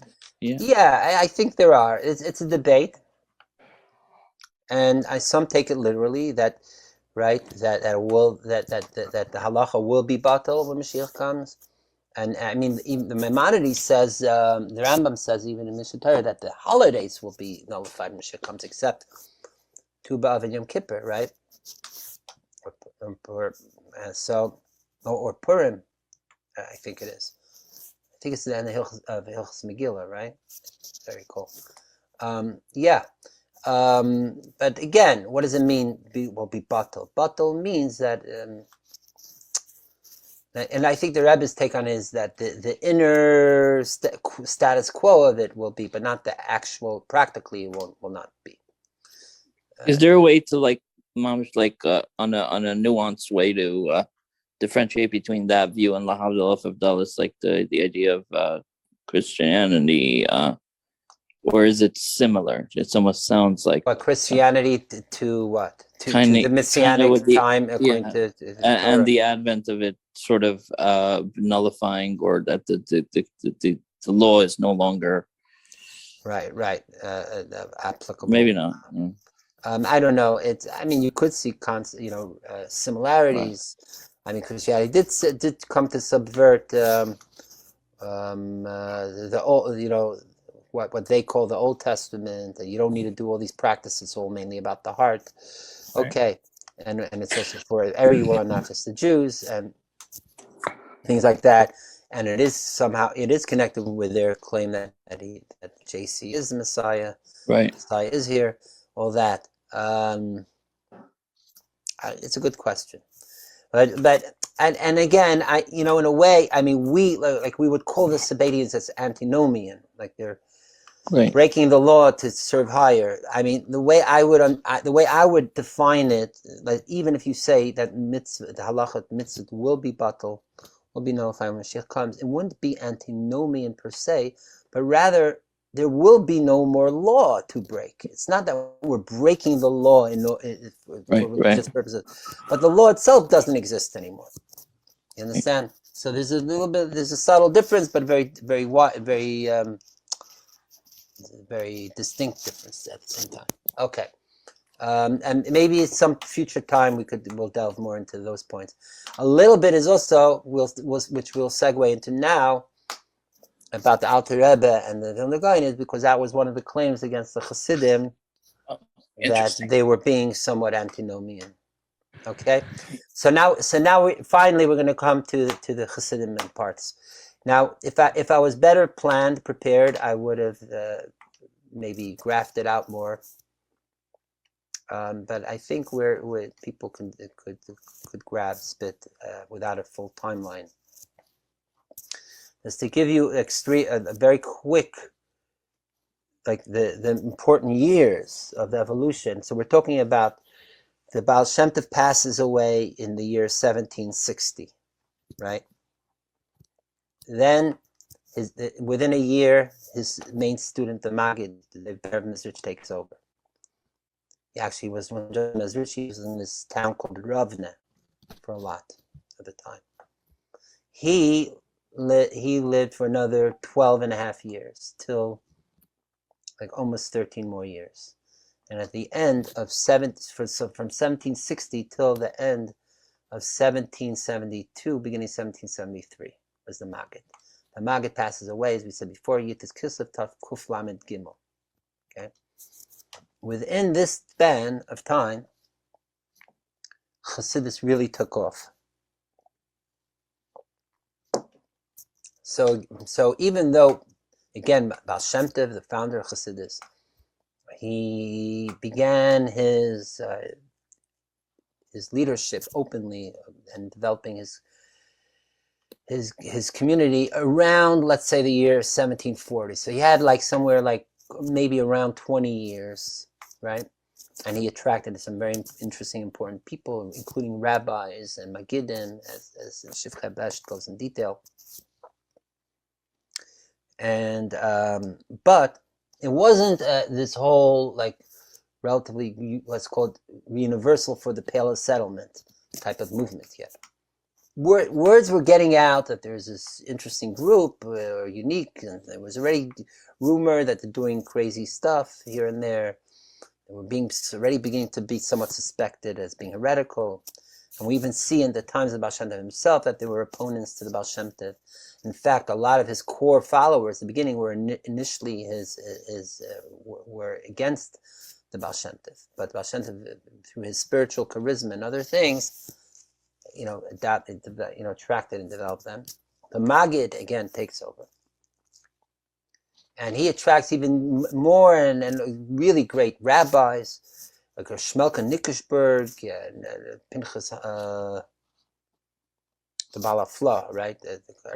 These were great, and even later Reb Levi Barditchev was a very important rabbi, and others like this for a little more than a decade, as we said. So it was in this period from 1760s to 1772-ish, the Maggid that the Hasidic movement was becoming more entrenched and more defined as its own distinct group, and its name spreading in good ways, but a lot in negative ways. And that is where began developing the whole thing of Chasidim and Misnagdim in this period. So then what happened was that because of the certain behaviors of the Chasidim, primarily the main issues that from the community's point of view was that they started making their own minyanim.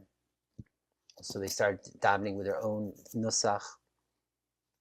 And during the Maggid's time, even they started their own form of shechita with double-edged chalifs, knives, which they didn't until then. And I mean, we're not going to go into the detail. What does it mean? The difference of double-edged or not, and like, because the Misnagdim were prohibiting to use the Hasidic shechita because they were using these double-edged knives. What's wrong? Because a knife, according to shechita, should be chad v'chol. It has to be smooth and sharp. So double-edged is smoother, is sharper. I don't mean double, meaning that the blade itself I'm sorry. It means that the blade itself is sliced diagonally on both to like this, to a like a very thin V, rather than just being one side straight and being like that. You understand? So people talk about it has to do with shechita or the knife, but it didn't make sense until I read somewhere. I forget who it was. Someone pointed out. Actually, there was a change in development of metal then. Because what's the whole point? If you make it like this, a V, then to the contrary, in those times, the more primitive type of metal or steel, whatever they were using, it would easily be able to nick and disrepair. So, and that is worse. I mean, having a nick makes the shechita invalid. So therefore, in order to make sure it stays chalak, that smooth, no nick, they said it shouldn't be like this V, malutish. But it seemed like around that time, in the mid 1700s, they did develop a type of metal strong enough that would be able to stay sharp enough throughout, and therefore the Chasidim took on almost like more of a chumrah to use such knives. Okay, be it as it may, that. There were other issues, and as we'll see hopefully soon in the Vilna Gaon's letter, where he's pointing out to. So with all this, and also what happened was, it started blowing up in the public in several ways.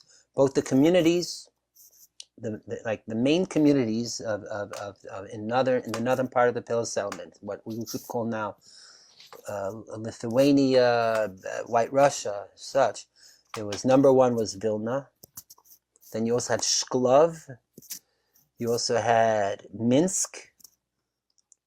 Then there were some others like Brody, which was more east, but they also had, and a couple other cities. So these main communities, there were Hasidic groups popping up, and again making their own minyanim and doing what have you. Other claims against Hasidim was that that they're not obeying their parents. We don't want them to become Hasidic. Things later on, not initially, there were issues of like that they start davening late, which rather was more the Hasidim initially were getting up early and just involved in holy service and practice and preparations for prayers, which they saw as part of the prayers anyway. What were the other claims? In prayer itself, that they would gesticulate a lot, make body movements, and also pray out loud. This was different of the way the prayer until then. Everyone stood immobile mainly and prayed at a lower voice tone.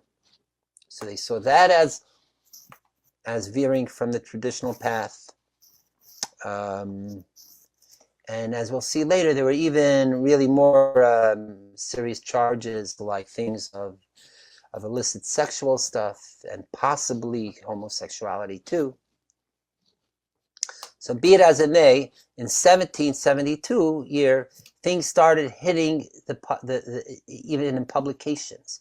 Entire tracts started being published, coming with these allegations against the Hasidic movement. The most famous is Zemer Aritzim, which was published in 1772, and what have you.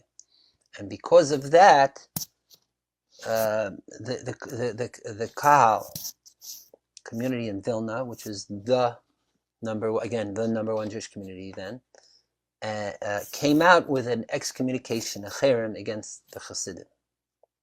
And this was signed by the heads of the community, and most importantly, the Gaon of Vilna, the Vilna Gaon, Rabbi Eliyahu, himself signed off on it. Now, Rabbi Eliyahu, the Vilna Gaon, was very righteous and very learned. At the same time, he was a bit of a misanthrope. I mean, earlier in his life, he was a great traveler and wanderer. I don't know if you know this, but he would travel all about, and he did what we would call in Yiddish Pravda Golus, the in-state. But later in life, once he made it back to Vilna, he just stayed in his room and studied day and night. He wasn't intimately involved in community affairs, and when he was, he relied mainly on his assistants, people or representatives of the community, of the Kahal that will come to discuss things with him, and also with testimonies of people that will come to him. And he trusted people. That people are, why should you think someone is lying? So he took some testimonies and he believed them, because Torah says you're supposed to believe it. So the Chasidim said, or alleged, or said that a lot of these witnesses were false, bearing false witness, and they misconstrued or led false or fed false information to the Vilna Gaon. Okay. Be it as it may, the first excommunication came out in 1772. This was at the very end of the Maggid of Mezrich's life. And this created such an uproar, not in only the Jewish community, but within the Hasidic, this still newish movement. So much so that the students of the Maggid even gathered together and some even wanted to make a counter cherem, excommunication. And some may have or are highly attempted, including one of them was, I think, Shlomo Karliner, and maybe some others. But the Alter Rebbe Baal Tanya was very against it. And the Alter Rebbe, as he writes in one of his letters later, was saying that the Maggid himself didn't want that they should respond to the excommunication against them, but that they should be like the righteous that accept that they accept the shame, so to speak, and they don't respond. That's a very righteous thing. And if you respond, and then you're going to create even more havoc, even more antagonism, what have you. But suffice it to say, again, some within the Hasidic community did respond to it. But that was the first salvo. Okay, 1772. Let me see if I can even find maybe so there's a great book, amazing book called Chasidim Misnagdim, which was published by an academic, a person by the name of Motzoei Volensky, who himself actually came from a mixed heritage of Hasidic and Misnagdic families. And he collected all, like the most important of all the primary materials of the disputations between Chasidim and Misnagdim, from, let's say, again, from like the early 1700s all the way to the early 1800s. I'm saying from the early 1770s till the early 1800s, okay? 1800s. That was the main period of the fights. And in short, in overview, there were three main waves of the disputations. Okay, one, like we said, 1772. The second was 1781, like 9 years later. That came about because in 1780, the Chasidim started publishing their own works. The first being by Rabbi Tadlis Yaakov Yosef of Polna, he published the Told Yaakov Yosef, and then 2 more books, Ben Paris Yosef, Tzas Hameach, and the Misnagdim found parts in there in the name of Baal Shem Tov that they said was being heretical. So that led to a second cherem, excommunication against the Chassidic books and the community of Chassidim. Now it was because of deeper theological reasons. All right, and then that went on, and then the third wave, which we will focus on soon, mainly, started in 1790. You could say 1797-ish. Okay, most strongest. In the 1796, actually. Okay, because what happened was the following. Okay, before we go, just so you know, even between these 3 excommunications, these 3 waves of Chasidim against Misnagdim against Chasidim, there were other flares of disputations and even other mini cherems, excommunications in different communities. Like there was something in Minsk, in Shklov, in a town called Vitz, and some others. So the truth is, it was always going on.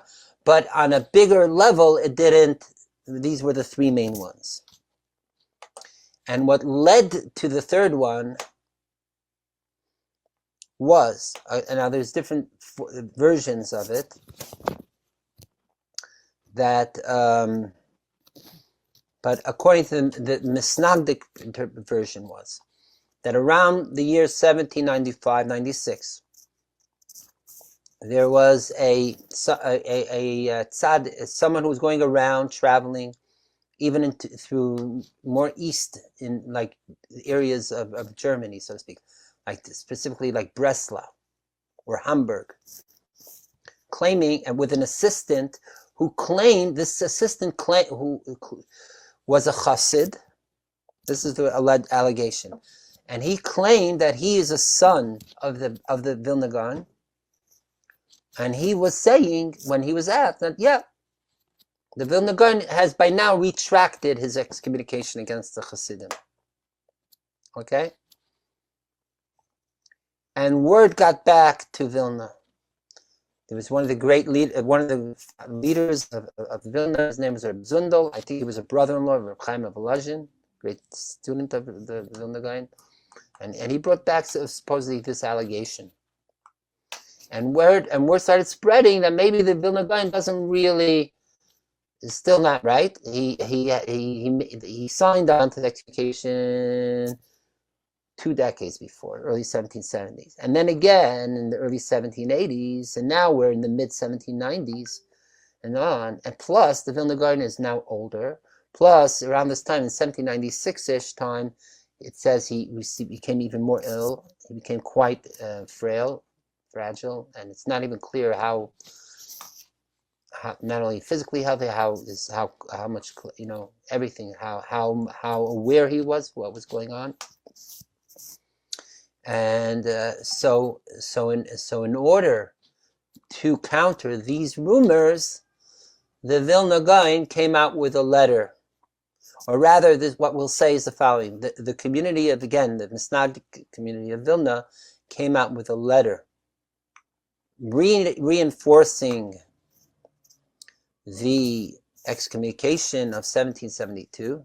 This is in the year 1797. 1796 is when, right, towards the end, the fall or fall of 1796 is when they come out with the third cherem, excommunication.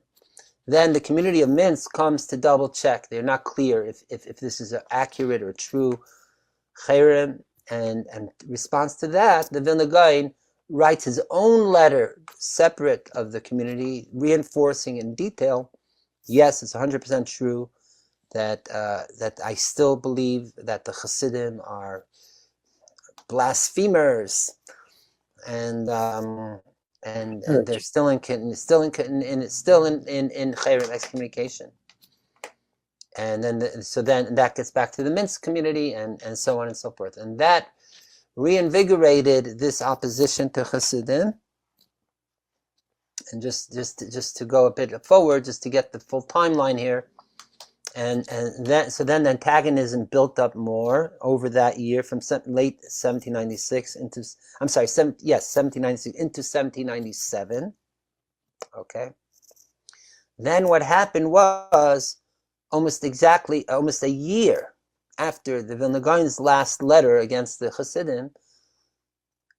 So he wrote his as we'll soon see, his letter against the Chasidim, that one we'll focus on at least, in the day after Yom Kippur, 1796.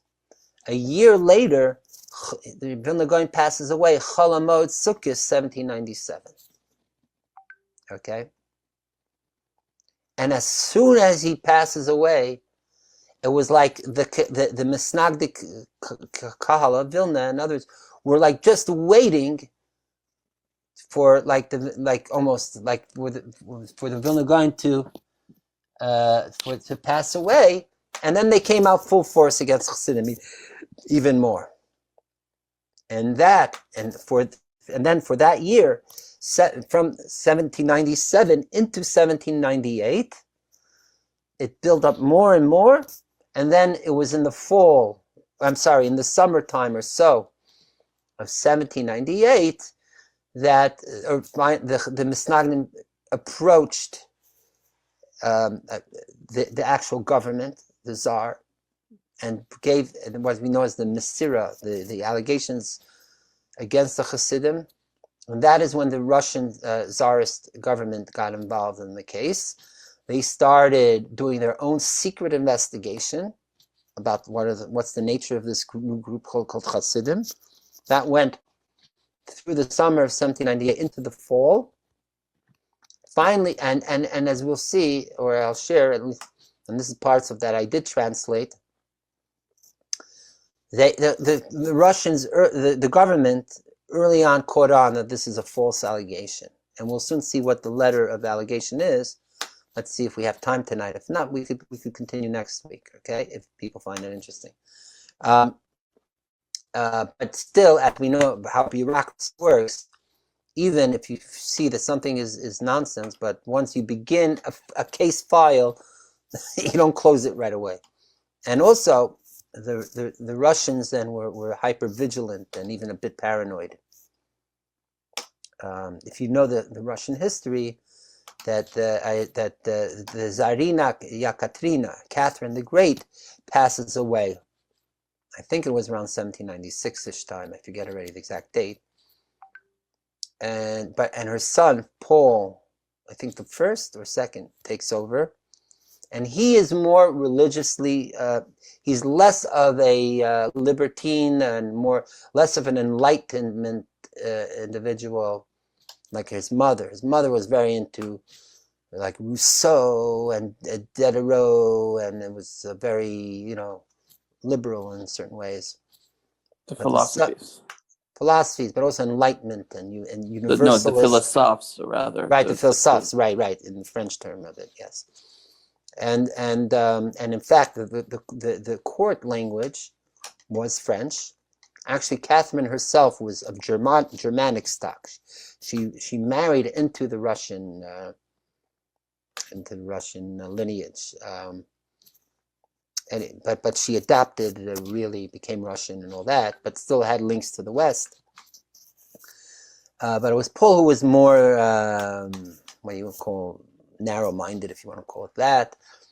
And he was also very, he tried to control more, he was more of a control freak.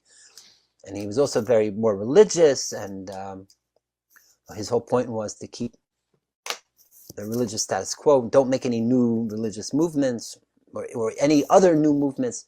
Also remember, this is the time of the French Revolution and Napoleon, and there were these new groups such as the Illuminati that were popping up.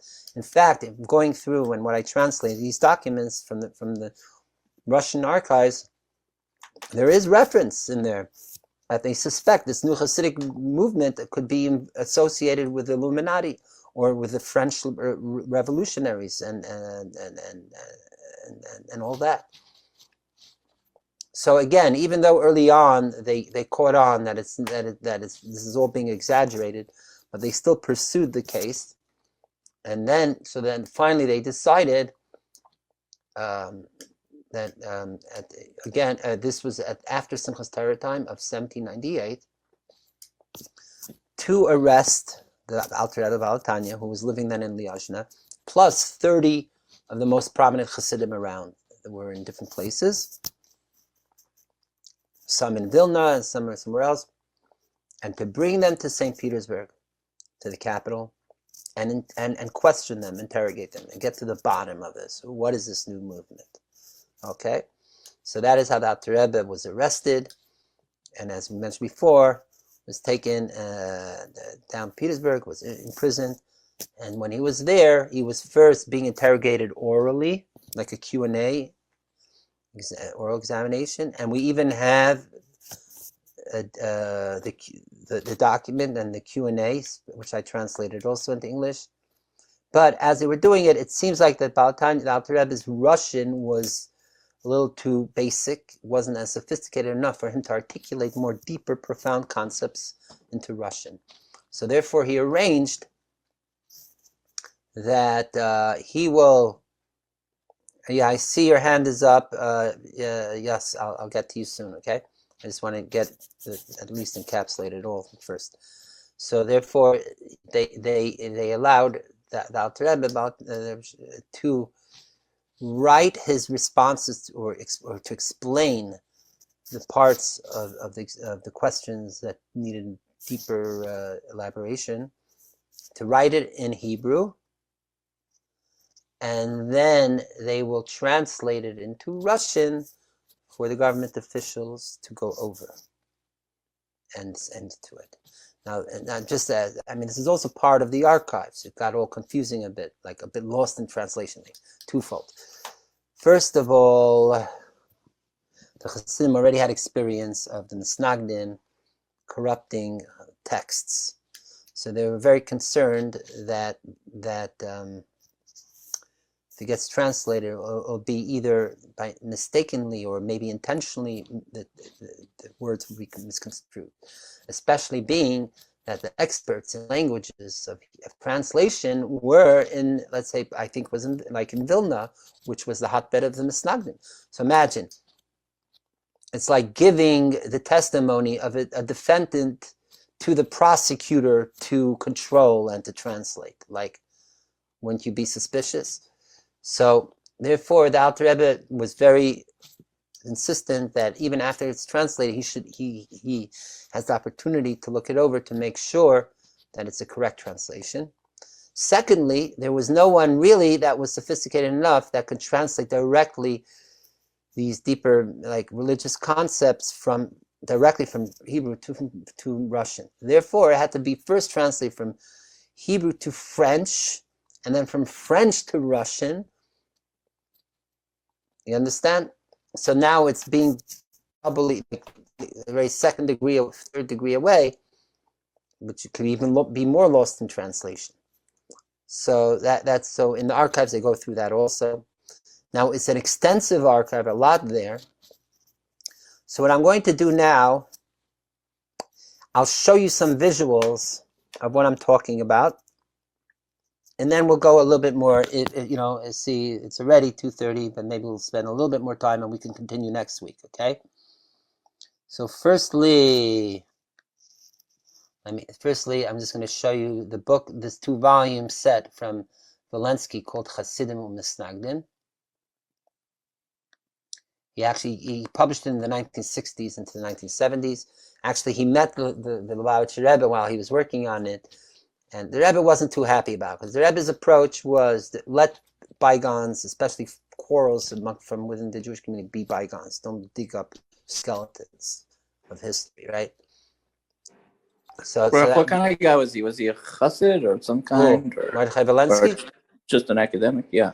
somewhere, I don't know if you were tuned in before or not. I said that if I recall, he was a hybrid. He came from both Chasidic and Misnagdim. Right. Okay. Yeah, I don't know. Yeah, when you're fully, I can't always see when at what point you're here when you tune out. I have really bad connection. Sorry. Oh, Thank all right, you. no worries. Okay, that's the reason. Okay, understood. So this is a later print of it. Chasidim Misnagdim.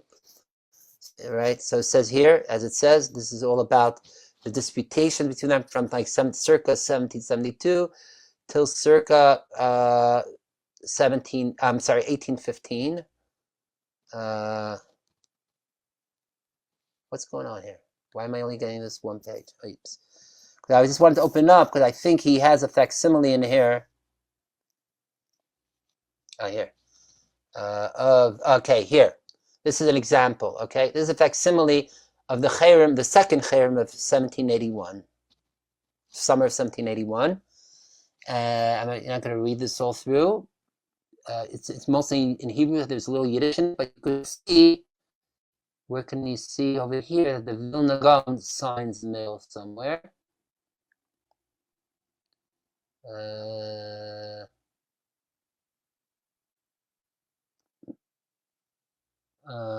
Gamanechi.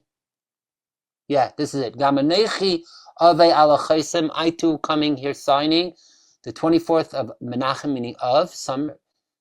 Tafkuf Mem Aleph, 1781. He says, Eliyahu Reb Shul Zalah. So this is the Vilna Gaon's signature on that one.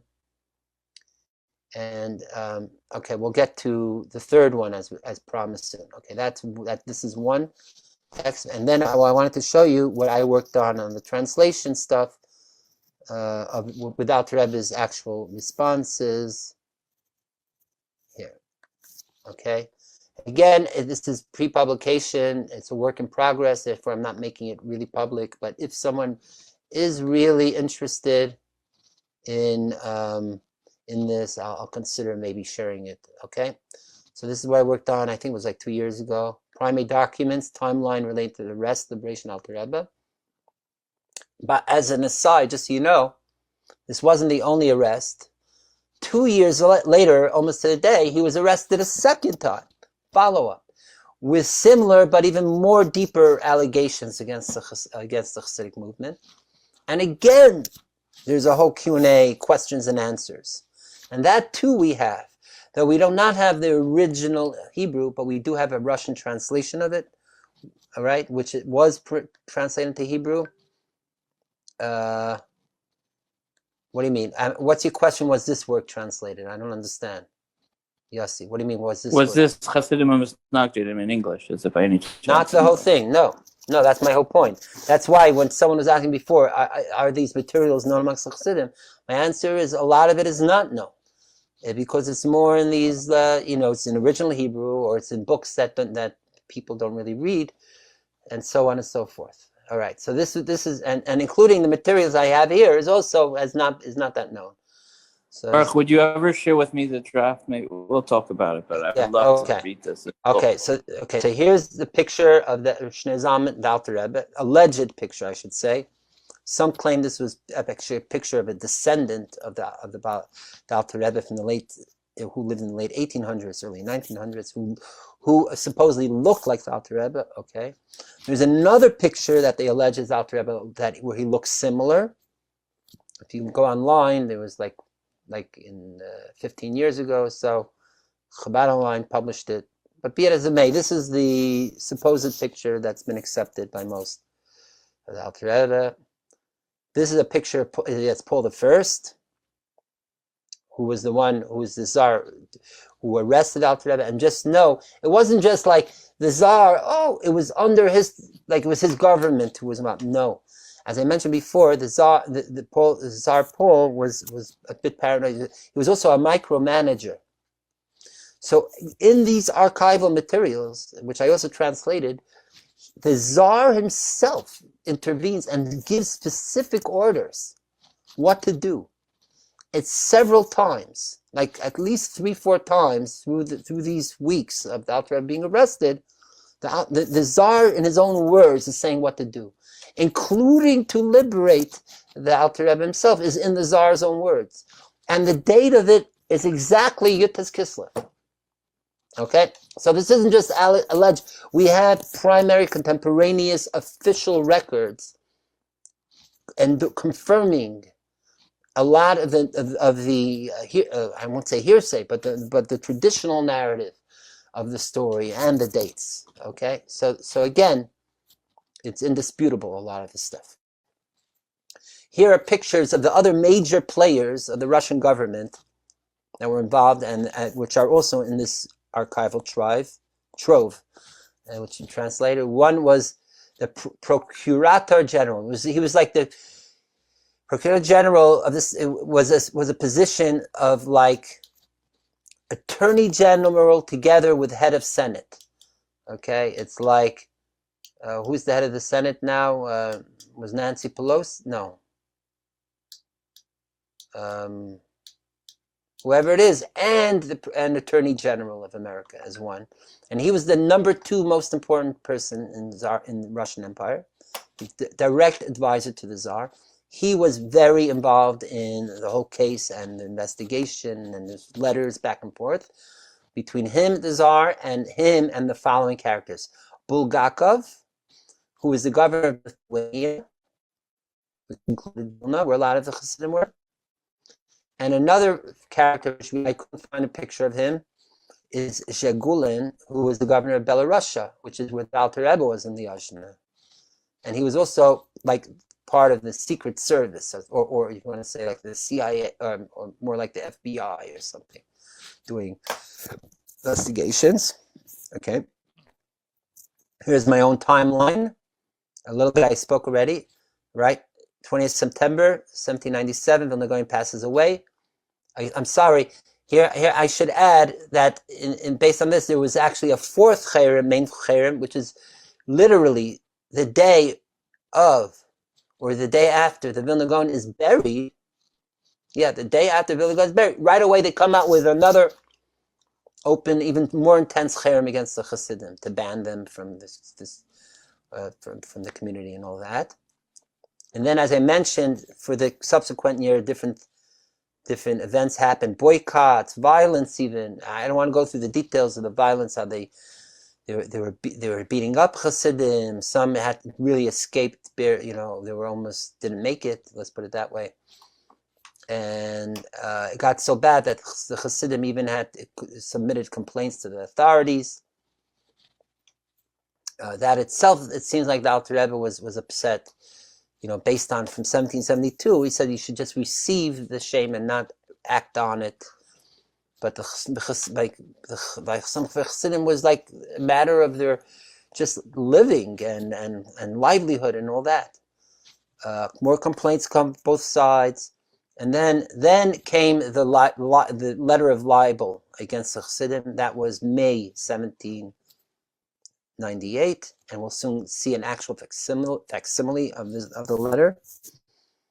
Then, as I mentioned, the investigation went through that summer between the general prosecutor, procurator, and the governor of Lithuania and others, and then, as mentioned, here we go down here.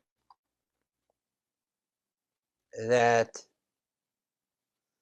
the Alter Rebbe is already on his way to St. Petersburg after Simchas Torah, like at the end of Tishrei, 1798. Back and forth, more letters between the governor and Attorney General, let's call it. Then it goes to interrogation of Alter Rebbe. That's in October, and then he writes down again the text we'll soon see, also there. Then they go to make the French translation, and they'll go at the back. And then finally, the 19th of Kislev, here the Tsar orders the release of the Rabbinul Chassidim. But they still keep an eye on them. So that's what happened. So even after he was released, so 19th of Kislev then was in November, so it was still in 1798.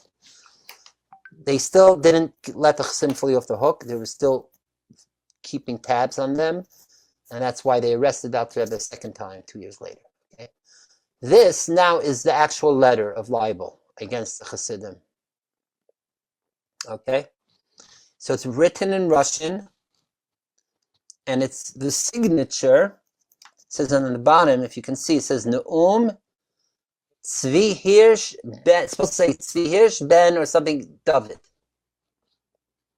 Okay, but if you look at the word, the Hebrew, it's not the way a person who normally writes Hebrew would write. First of all, the word Neum, which is, we say, like the one who's signing, you start off with the word Neum, is misspelled. It's supposed to be Nun Aleph Vav Mem Safit. Here's Nun Ayin without the Vav and a weird Mem Safit. Even the word Tzvi here, and even the word David is weird.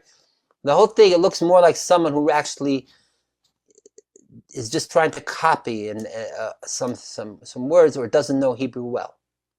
So already the Russian officials already saw this letter as suspicious, because it looks like a bit like a fake name, and a good part of their investigation was to see if such a person really exists, Tzvi Hirsch, the son of David. Okay, what is the allegation letter here?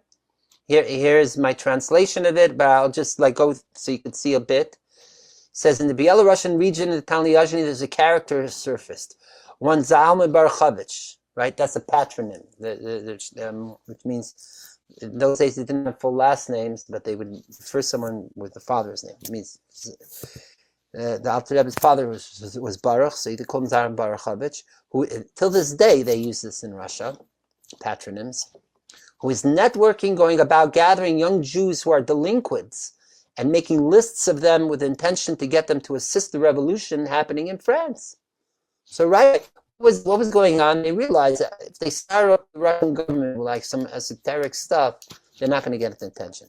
But if they write a letter, you have subversive rebels who want to overthrow the Russian government in our midst right here, that's going to perk up the interest of the authorities, right? Is that where they? Okay, that's number one. And delinquents, he's creating these rebels. Meanwhile, they do not do anything else other than that while they wait to join the French Revolution, they live without any structure, filled with various indulgences and much extravagance. They drink and eat excessively and loiter about idly, leading each other into debauchery. They also steal and take bribes and shower much misfortune, great shame on all their relatives. This alleged person, which turns out they never really found out who this is, it's a fictionalized person. He says, my children too, my very sons stole all my money in excess of 10,000 rubles. And they made their way to, and gave it to the Rebbe. This was almost like those allegations they would make in the 60s and 70s, lahavdil, of people who got sucked into cults, that the guru brainwashes them and gets them to empty their bank accounts and even go and get money from their parents to right? So it's almost like that. With this new cult and this guru leader is getting all the money.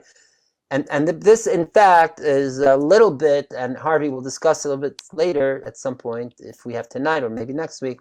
We were talking about the Vilna Gaon's letter about breaking honor, kibudah ve'ein, breaking, honoring your father and mother. And if this is a part of it, they were actually taking, stealing from their parents. He continues, I was unable to follow up on the whereabouts of my sons and other miscreants due to payoffs. Payoffs meaning that they paid off the children and all that. They couldn't find them. They also have comrades, and there are disciples of this Baruchovich in the city of St. Petersburg who intercede for them and protect them, saying this isn't just some small minor character. He has implants in the capital even that are subversively defending him. So you got to watch out. There are even enemies within. So then he continues. The only sentence they deserve is that they be drafted and be sent to the battlefront. Right, they're the wars, especially against the French, or perhaps to exile them to the prairies. I think this means down to what is now where all the war is happening between Russia and Ukraine, because that was the time Catherine the Great conquered and took over these areas of eastern, southeastern Ukraine, and she renamed it Nova Russia, right, including the Crimea. It means New Russia. And in fact, Putin is invoking that now. That's why Putin is saying now that there is no Ukraine. What are you talking about? In the days of Catherine the Great and Paul the First and all that, it was Novorussia. We legitimately took it over in the 1770s, 80s, 90s. In fact, it was in 3 waves that you'll see through different wars, including the 7-Year War, which was the whole of Central Europe was fighting each other. Frederick the Great and right, and Catherine, and who was the third of Austria? Yeah, the Kaiser. So, and in fact, that was a time that Poland just fell apart, diminished part by part until it did not exist by the late 1700s, and only became a country again after World War I, briefly, just between the wars, you could say, till the end of World War II, and then the Soviets took it over, or it became part of this, the satellite countries of the Soviet Union, even if it wasn't officially part of the Soviet Union. And it was only after the fall of the Soviet Union that Poland finally became fully independent again. And it's important, this whole partitions of Poland is important to the whole case here, as we'll see, if not tonight, next week. Both them and Abzam leader should exile them. And they'll have all their holy land, they'll eat their Sher Habar and Yasan, they'll be in their Messiah. All this I present under oath between His Royal Highness the Tsar for his astute considering that execute the law, and blah, blah, blah. Okay, so this started the whole case against Dr. Rebbe. Signed Hish Dr. Rebbe. Then there's all the letters between, again, I said all the different highest of officials in the Tsarist government. We're not going to go through all of it, but I'm just going to flip through. You could just see like on the margins here, the Tsar's order. Instruct Bulgakov to investigate this matter. If it is verified that they are guilty, then as per the law, they are to be brought before the court. If it is verified that they participate in any revolutionary activities and the like whatsoever, then they are to be sent to me immediately. Do notify me of everything about this. And then goes on. This is all during the period of doing the secret investigation to decide if they're going to arrest the Chasidim, Rebbe Shnei Zalman, yada yada, goes on and on. Oh, this is the actual Q&A. This is once they arrest and they bring the Alter Rebbe to St. Petersburg. Here's the Q&A. Look, question. This is like the good old style Soviet interrogations. They after the Soviet Union fell, they opened them up, and you could read all these Hasidim who were arrested and how they were being interrogated. And a lot of them are like this. So, what is your name, your title? Where do you live? So the Alter Rebbe answers his name, what he does, religion, and what is your profession? Do you pay taxes to the treasury according to him? And he says, yes. My wife she has like a dry goods store, a food store, and I'm part of this merchant guild, 3rd class, and I pay my taxes new. And then it goes on to other things. He's asking, what is this group called Karliners? Before Chasidim even were identified fully clearly by the name Chasidim, they were first known as Karliners, because one of the main Hasidic Rebbes of the Lithuanian White Russian territories was the Karlin. So the name Karlinas was still stuck, and then it was also being used a bit disparagingly too. Because some of the Misnagdim call Chasidim, because Chasidim is a nice name. They're being honored. They're the pietists. But no, they still call them Karlinim. So this is one place where he says, the Alter Rebbe responds orally, because of the difficulty of this question, I cannot explain this without an interpreter. But there was no real interpreter, so therefore they allowed him to write it down, as we will see. Then he asked, what is the origin of this sect of Chasidim? Who is its leader? Who are the followers? From whom did he inherit this position? And then he gives a little bit preamble. A lot of what the Alter Rebbe's approach is trying to say we're not doing anything novel, new. We're just continuing this line of there being certain type of rabbis, either to adjudicate the law or to teach, or to be spiritual mentors or people of to inspire the community, so on and so forth. It says, what is the main objective of the sect? How does it attract the public to the Jews? This too, he says, I'm going to explain later in writing, so to speak, with interpret. Okay, about new customs, yada yada. Who collaborates with you or assists you in your activities? What is the nature of connections with overseas? With whom? As mentioned, Alter Rebbe was very involved in collecting money in the Pale settlement to send to the needy in Israel. And that it's its own saga, because the Chassidim, there used to be one main way to send the money. But then once there became this partition between the Chasidim and others, then the Chasidim created their own money collection and sending for the Chasidim that were already living in Israel. And then not long thereafter, in the early 1800s, already in the mid 1805s and so on and so forth, even within the Chasidim, it split. That Chabad started its own collection separate of the other Chasidim, and that is what we have, an organization that exists till today. The oldest continuous organization in Chabad is called Koilel Chabad, which started around then, like 1802 or 1803, to collect money specifically for the Chabad Chasidim in Israel. And now Kol Chabad, which is run by Rabbi Shalom Duchman, provides for all. And actually, they do a lot of good work. They do a lot of like giving food to the poor or helping refugees and things. It's a lot about physical health, not just about spiritual stuff. Okay. So this goes on, and then he says, I heard of a Jew in Vitebsk. Turns out that's not the real person. This is an example of the letter. Like Lupachin's letter, like the Attorney General, and on the bottom, these two lines is from the Tsar. These letters do not, it's debatable if these are the very original documents or if they are contemporaneous copies of documents. Wasn't he supposedly asked about the Tanya, that passage about Goyim and whatever it was? None in our documents, there's no direct mention of that. Okay. All right, that seems to be a high geographical. Yeah, I thought so. But you could go look both in the materials from the first and second arrests. You don't see it openly, though there are other. Oh, I hear myself. Someone please mute yourself. Though there are other issues that we do have, let's say in Beis Rebbe, that of the questions that are in here. So I say a lot, if not most, of the narrative in Beis Rebbe, for those that don't know, Beis Rebbe is the first major history book of the Alter Rebbe and the first three generations of Chabad, written by a Chassid, not by an outsider.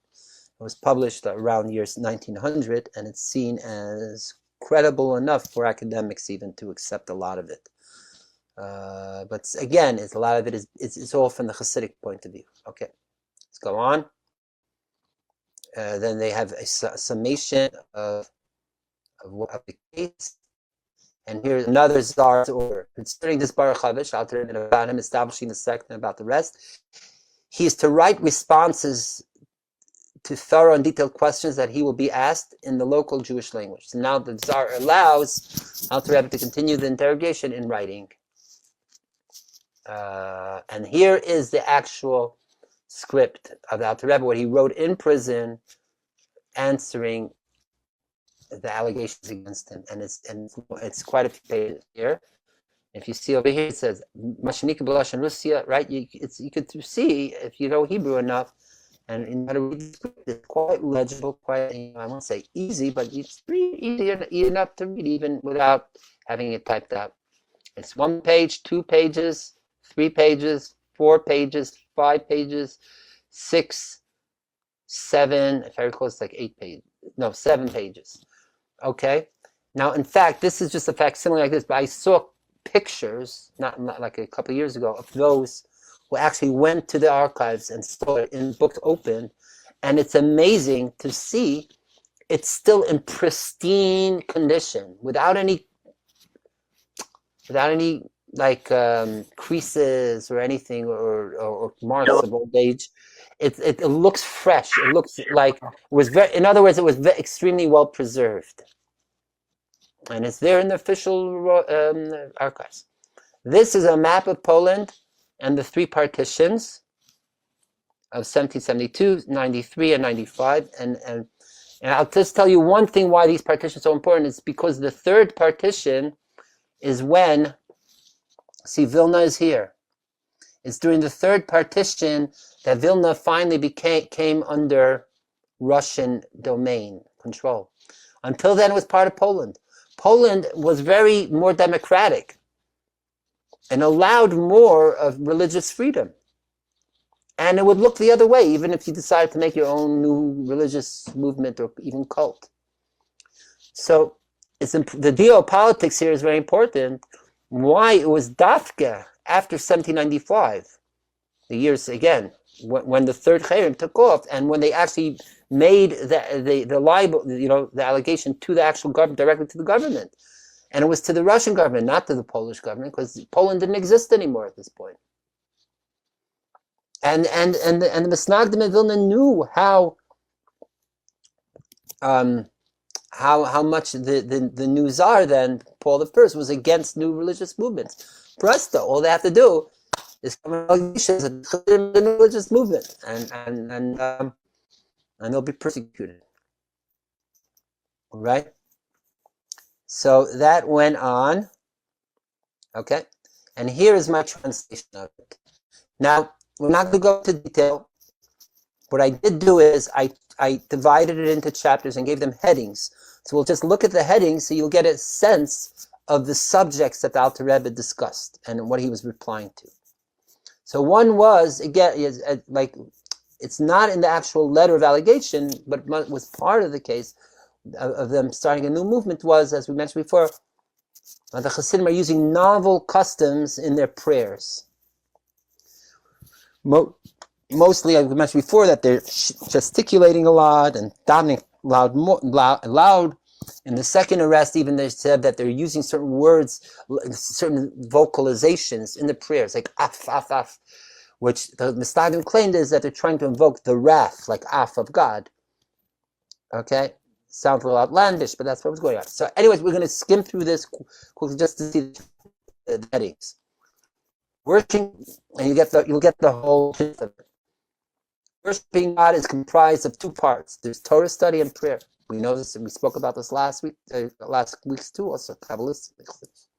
And he goes through what it means. It's like he's explaining the basics of Judaism to Gentiles. Chapter 2, the obligation to prayer with kavanah. Why kavanah, having the right focus and concentration or intention, so is parcel of prayer, and it's essential to prayer. And it's not easy. And therefore, chapter 3, learning how to pray with kavanah, you need special weight training to know how to pray with kavanah. And chapter 4, past generations prayed at length with kavanah. And he invokes the famous Mishnah where the first Chasidim would meditate before, spend time, and kavanah before they prayed, and so on. But then what happened that we lost the art of davening with kavanah. This is basically Chassidus 101, that the primary achievement of Chassidus was how to daven. And that is the primary aspect of Chassidus officially till this day. And that's also, incidentally, why Reb Zalman was so much into davenology, because that's the number one thing that's important. But then what happened, in our later generations, corrupt rabbis purchased the rabbinate from local officials. You can't trust the rabbis anymore, and they're just there they're monopolizing the communities, and they're trying to dissuade people from doing the right, proper way of davening and so on. They debased the value of prayer and heightened the importance of acute study, right? All become amdanim, or forget about prayer. 7, the control of these rabbis fell when the Russian Empire expanded into Poland, as we showed about the partitions. Right, so the control of these fell when the Russian. Okay. So actually, the Alter Rebbe is saying now there's something positive now that you, the Tsar, have now taken over the whole Poland, or your parts of Poland, because now you're getting rid of corruption. And now we can get back to the real Judaism, which is people were inspired to pray kavanah and gestures. If you want, you can look at this. Okay. This awakening that inspired us recently. Behold, this phenomenon is present, somewhat common even with youth under 25 years old. For those youth are dependent, blah, blah, blah, and do not have infantile boys. So he's saying that to reinvigorate, reestablish kavanah, they started the focus with the young, because it's easier for them to learn new ways. But because they're praying with such kavanah, their youthful passion causes them to make unintentional gesticulations with their hands and feet. This also sometimes with older, for just like it happens in universal situations. And when someone speaks from the heart, he gestures with his hands or feet, each according to his personality. For example, when he's angry and also when he is happy, he claps with his hands. So too it is with prayer, with kavanah, only in a slightly different style. And goes on and on, okay? Then further, those who pray with kavanah are only a minority, who are called Chasidim, explains. In Vilna, they are called Karliners and are slandered out of hatred. And we didn't really go into detail the backstories of what was going on in Vilna. We'll see if we have time tonight or not. 11. The custom is to appoint a Maggid who preaches in the synagogue. So the Alter Rebbe is saying, I am not a control freak. I'm not this guru who's brainwashing. I'm just following this tradition of there being a Maggid who a preacher, basically. 12. We also add a rabbi Maggid who preach about prayer, and this is what I do. 13. There are those who want to hear my sermons, want to settle their disputes. So that's what I'm doing. You say my main job is I sermonize and I adjudicate between parties who are in different whatever issues, situations. As we know, the Alter Rebbe was not only was a great, of course, in mystical teachings and esoteric stuff and drush, but he was also the author of the whole Shulchan Aruch. He was a great posek. He was a great legal authority. 14. I am Maggid of Liajna for 15 years, and I'm not creating a new religion. For these slanders are out of spite. By the way, I have all these footnotes. Also, I add more to the actual text. 15. The customs related to Kabbalah influence liturgy. Goes through the different customs that there are.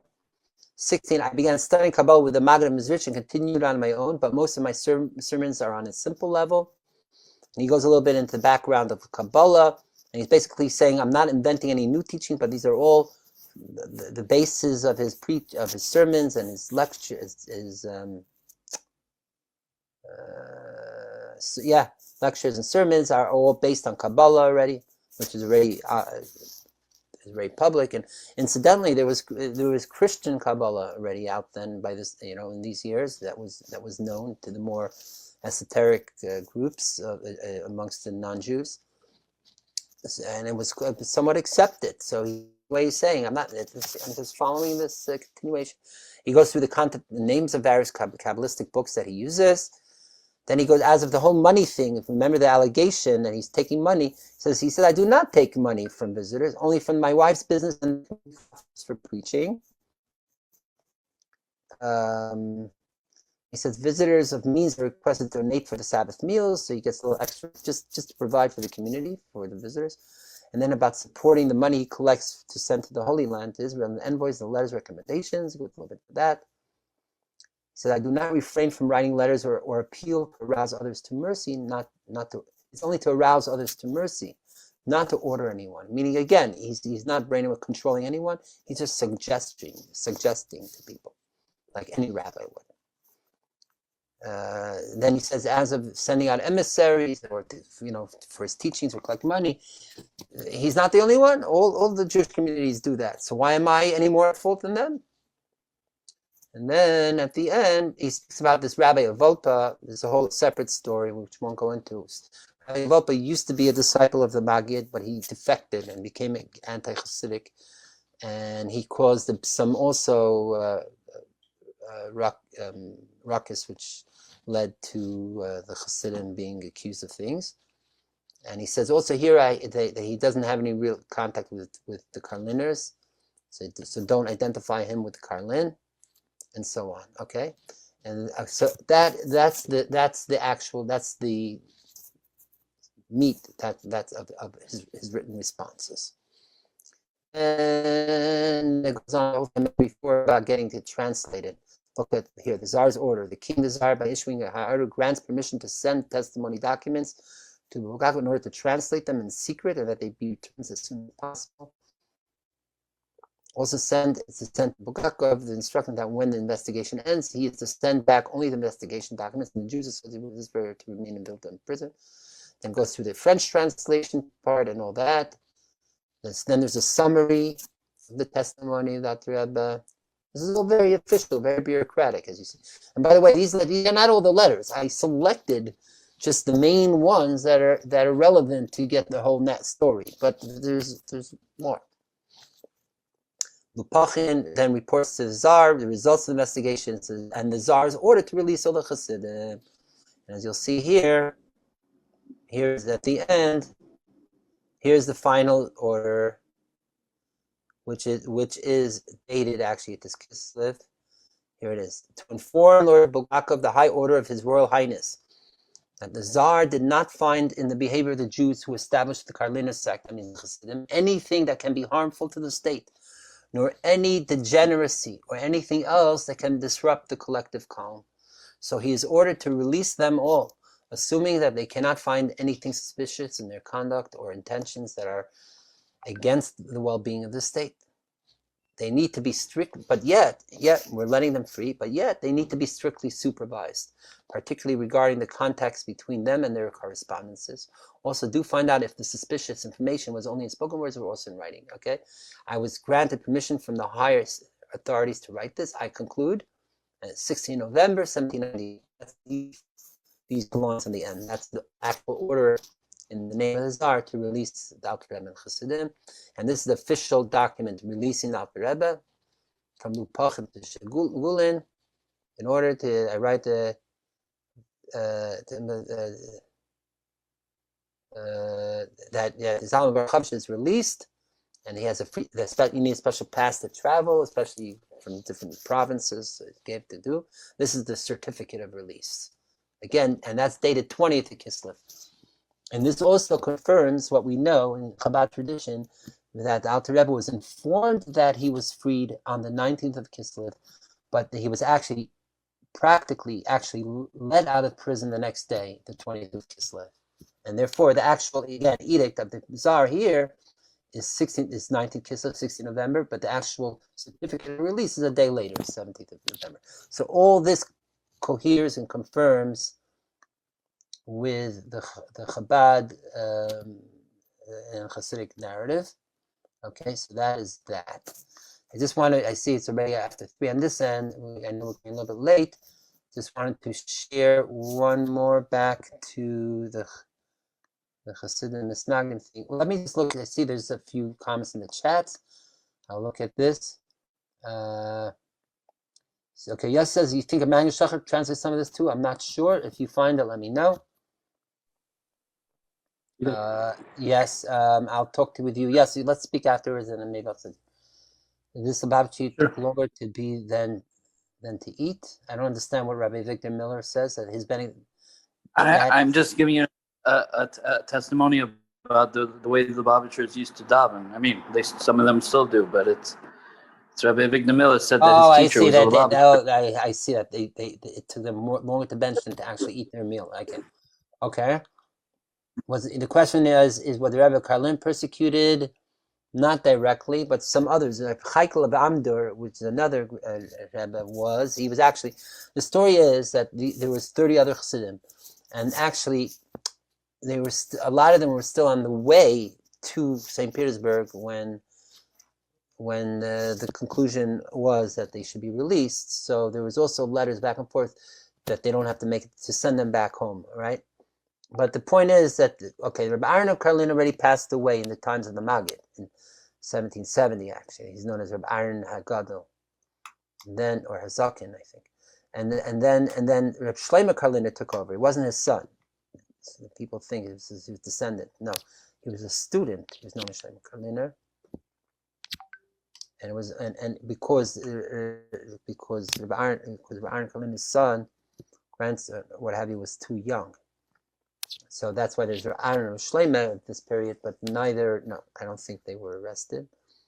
Shlomo Karliner was an interesting character of his own right. Maybe we'll speak about him another time. This was nefarious character despite the Nunagain.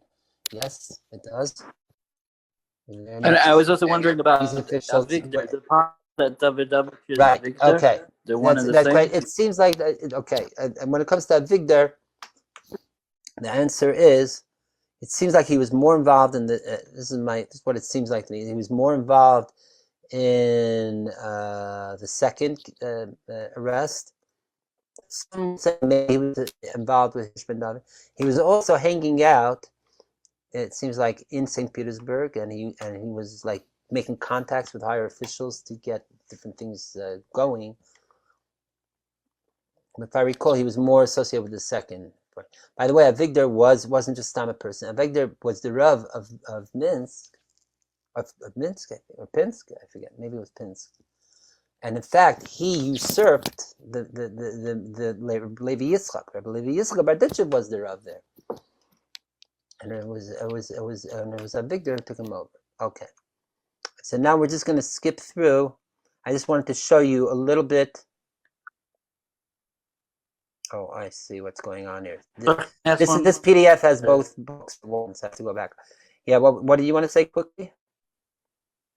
Because it's getting late. What are you going to say? I'm sorry, Rusty. Okay. Okay. So let me. Alan Nadler published a tract on a certain personality named Elijah Ben Meir of Vilna. Has he reckoned at all into this? Who? What is again? Who published? His name is Elijah Ben Meir, Elio Ben Meir of Vilna. Who published again? I didn't catch it. Alan Nadler wrote a whole paper. You could see it on Academia, where he writes about his screeds against Chasidim, and it seems like he was a very there's multiple people. Yeah, I think he's. We could look, but we'll look at it another time. So okay, I see we don't have enough time to go into detail. I just wanted to show you and set up. Maybe if people want, we'll continue next week. This is specific what we're going to look at right here, just for a couple minutes, just so you see generally that this is again the third wave of the end of 1797. Okay. And this is exactly what we were discussing last week. Okay. So first is the letter of the Vilna community reinforcing the Chayrim of the Chasidim. Again, at the story, as I said before, that there was the son of the Vilna Gaon, imposter, who claimed he was a Chassid, that his father retracted the Chayrim. So it's all brought down here, and they're saying no. It's reinforced, and he said because of that, now we're going to. Here's the letter of denial of the Vilna Gaon. It's dated Sivan 1790. Rosh Chodesh Sivan 1796. Yes, 1796, as we said. I'm sorry, it wasn't before I said, and the 1796. This is the letter of denial.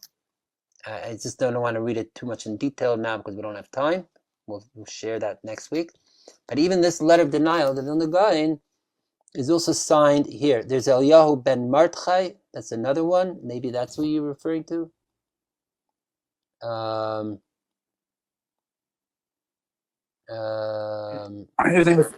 could very well be that was like he used a pen name, but his name was Ben Meir. Okay. Well, I look up in Chasidim Misnagdim, and again, there were a lot of writers. Again, this is a 2-volume set, and there's multiple forms. Just some names off the bat. Some Yisrael Label was one of them. A few others, a lot were anonymous. So yeah. So it's a whole own genre of literature in a way, right? Okay, so he signs. So the Vilna Gaon signs within here. He says that we here Akadiv Eliyahu Reb Shneur Zalman of Vilna, or Shlomo Zalman rather of Vilna, and then you have these 5 people attesting this is the accurate signature of the Vilna Gaon. Again, I mentioned before, Vilna Gaon was already not well. Or testing. Then, as I mentioned before, the community of Minsk wasn't sure if it's authentic. This letter of establishing him or confirming it. So they write to Minsk. Tishrei of Zion, right? Tishrei of 1796. Is it true, basically? Plus, they sent their own messengers from Minsk to speak to the Vilna Gaon to make sure it's true. So all the heads of the community of Minsk to make. Then comes the letter that we quoted a bit last week orally, and we're not going to go through in detail now, but maybe we'll do next week. This is the letter exclusively by the Vilna Gaon himself, the day after Yom Kippur, 1796, Shuvas Eliyahu, and this is the one where he says that the Megalim Torah Panim B'Torah Shalei Halacha, that they're distorting the Torah and Halacha in the three things of Kibud Av V'Eim, B'Pasik Kabed Asavicha, as you see right down here. And then he goes even there, Megalim Panim B'Torah Shalei Halacha B'Amrim Yakar Bein Hashem. Yakar, the word Yakar, Yud Kuf Reish, it doesn't mean value, but if you flip it around, it spells out the word Keri. Keri means letting out emission, to be a little tzniut about it. And what does it mean in this context? We could talk about next week. And then the most important quote that's usually quoted is that they say that this is your God Israel, that even every piece of wood and stone also is God. And so therefore they corrupt the Torah, meaning of that God is present, manifested in the world all over. And again, this relates to everything we spoke about in the past more than once, the debate between Chasidim and Misnagdim about the immanence of God in our world of physicality, also related to if the tzimtzum is literal or not, and all that discussion, okay? So this is all in this letter. And you see it's a long letter. In most publications, when they bring down this letter, all they copy over is these 4 or 5 lines. 1, 2, 3, 4, 5. And they don't mention any of the rest of this letter. So that's why it's important to see full primary text. And this he signs, and he's attested again, that's true. Then you have the conclusion of Minsk, their own, as a result of the letter, they come out their own, in addition to Vilna coming out, now Minsk comes out against the Chasidim, and reinforce the Cherem. So again, this whole long, and it goes off, they give their things that they want the Chasidim to do, as we mentioned before. One, not to make their own minyanim, not to change the nusach, as I mentioned before, not to use their own type of knives for shchita, and on some other stuff. Then, just to end off, after these letters, there's a letter of the Alter Rebbe to his own Chasidim in Vilna. The Chasidim of Vilna were the ones that were most persecuted. So now he writes his own letter, which includes a lot of fascinating historical important materials about the whole backstory and dispute between Chasidim and Misnagdim. So some call this the letter of response of the Vilna Gaon, of the Alter Rebbe to the Vilna Gaon, but in truth, it's not really a response letter. You could say this letter is in response to the general reactivation of the new Cherem against the Chasidim, and therefore he's coming out. And this is a letter again. Sometime in that time, end of 1796, beginning of 1797. That is here, and we'll look at it hopefully next week. And it's very interesting stuff. So maybe if we time permitting next week, what we'll do is we will go a little bit more in detail in these things, the letters of the Misnagdim and the Alter Rebbe's follow-up letter to it. Okay. I think that's very essential, very interesting too. Just as one more point is, this very year, Tav Kuf Nun Zayin, which leads into end of 1796, 1797, so it was also the time when the Alter Rebbe was just published the Tanya anonymously. Okay, so one can say that the publication of Tanya itself also helped intensify the machloket. But it's when the community of Vilna Minsk, the communities of Vilna Minsk, and the Vilna Gaon wrote the letters we just saw before, the Tanya was not printed yet. It was already sent to the publisher at that point, but it wasn't actually published until a couple months later. Okay. Again, that helped, inflame it. And then, as we mentioned earlier, it just built up, intensified until like a year later, the Gaon passed away. And then a year later was when the Alter was actually arrested. And, as they say, and the rest is history. Okay, so I think that's enough for tonight. I see we're already quite very after 3. Now Aaron's asking if I'm translating some of these letters. That you mean the letters between the Misnagdim and the Vilna Gaon and stuff? Yes, that was my intention to expand, because as I said, what I showed you, my translations, it's a work in progress, is because I do want to stretch it out, meaning also to give the backstory materials, to translate that way back, and also to translate the materials of the second arrest down. Okay, so those are the two next stages, hopefully time permitting, and I won't go into why I've been delaying until now. A lot of it had to do for technical reasons, but I think I'm going to get over, especially speaking with you, Chaver, you're re-inspiring me to get back into it.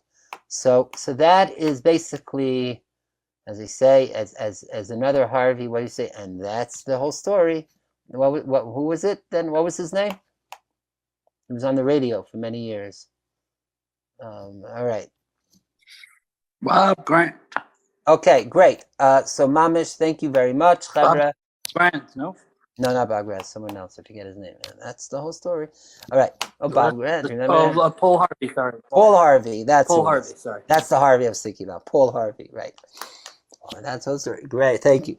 Okay. So we're not going to sing the whole part of the Shalom. We will finish with the song for Yutis Kislev, which ends off with 3 words. In fact, I put it in here at the very end. Okay, let me just hear. Here. We want Moshiach, is those the 3 words at the end of the song? Almost. Not in so many words, but the 3 words is Va'ani eftach bach, and I have full trust in you. Va'ani eftach bach, Va'ani eftach bach, Va'ani eftach bach, Va'ani eftach bach, Va'ani eftach bach, and I have full trust in you. And I have full trust in you. Eftach. Okay, Chavra, Shukayach. Thank you very much. Just I know it's later than normal, but it's good. We Fabrang sometimes it goes later. Yutis Kislev, you're supposed to Fabrang till late. And as mentioned, tonight is the Rav Shabbat's anniversary. It's time to Fabrang too. So thank you very much for all those who stuck all the way to the end. And again, we'll quit. Let me ask you, from those that are here, how many would like to go to continue, maybe for one more time at least, in this material between Chasidim and Misnagdim? Yes? Yep. Okay, I got 1. If you're silent, I'm counting it as a yes. Okay. Yossi is giving 2. Okay, you're 2. Aaron is smiling, which must be a yes. Harvey seems like he likes it and wants to continue. Zusha Steve, yes. I suppose, and Jonathan too. So thank you again, Deborah.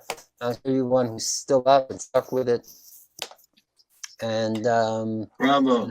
Yes. Thank you, Steve, and also for everything. And we did not have a sponsor for tonight. We did have last week's again, so thank you, Steve Zusha. If anyone does want to sponsor, if you have a special event, I recommend that you dedicate the learning to somebody in honor of them, in memory of them, for their refuah, for their birthday. Yes. It doesn't have to be, $36 or anything like that. It can be whatever you want. I found it that, when I did it, it just had a real big impact on me and on the whole the relationship. It's sort of, I could feel the mitzvah go up, Right. Because it's such a small group here. Yes. It's very powerful when you do it. Sure. How about we have in mind, encourage unfortunately, Steve, I don't know if you heard, but there was a horrific tragedy that happened in the Chabad community recently. And there's someone that really needs a refuah shlema who's on a ventilator. Oh, I don't know about this. You know, in the Virgin Islands, is that the one? Yeah, I think so. Yeah, where there was a drowning, Rahman al-San. Oh, sorry. Rahman al-San. Yeah, okay. Whatever way we sponsor and do something to that effect. It's also you have to coming up. Put a thing in the thing post in the with, invite. Yeah, where you can send the money. Yeah, if people do want to. When now? I don't know now. Maybe I'll do it next time at the beginning. That makes more sense. Okay. Well, just unless do it people, now. You can do it again next time. It's like maybe someone wants to because we're going to tune out now, so it's not going to last. But I will put out. You remember what was my PayPal? You gave me what did you send? At Baruch-Thaler.1. At Baruch. PayPal. That was Venmo. Oh, it was Venmo. Okay. At Baruch. Thaler-1. Correct. Venmo. Okay. Venmo. There we are. If everyone sees that, gewaldig. Whatever you want, if you want, but really no obligation or anything. And just being here with me, with us, especially till the end, is its own greatest gift. And so thank you again, everyone, chevra, and maybe we're doing, it says you're supposed to increase from time, especially this time of Kislev. So even past the halfway mark, even past the full moon. So we'll see. So we'll increase in all our ways, time-wise, other ways. That's a link to the story. Okay, I'm just gonna put it up here, so I'll follow up with it. I just clicked the link so I could follow up with it. Thank you very much. If anyone has anything more to add, now is the time, really quickly. Otherwise, a gute Nacht, and really thank you, Mamish, from the bottom of my heart, soul, and everything. I'm just gonna go out from Facebook now and just share something a little bit more off the record. Before we fully sign out. So everyone in Facebook land, Laila Tov. If you're other places in the farther east, good morning, and only peace and love, baby. Okay, call.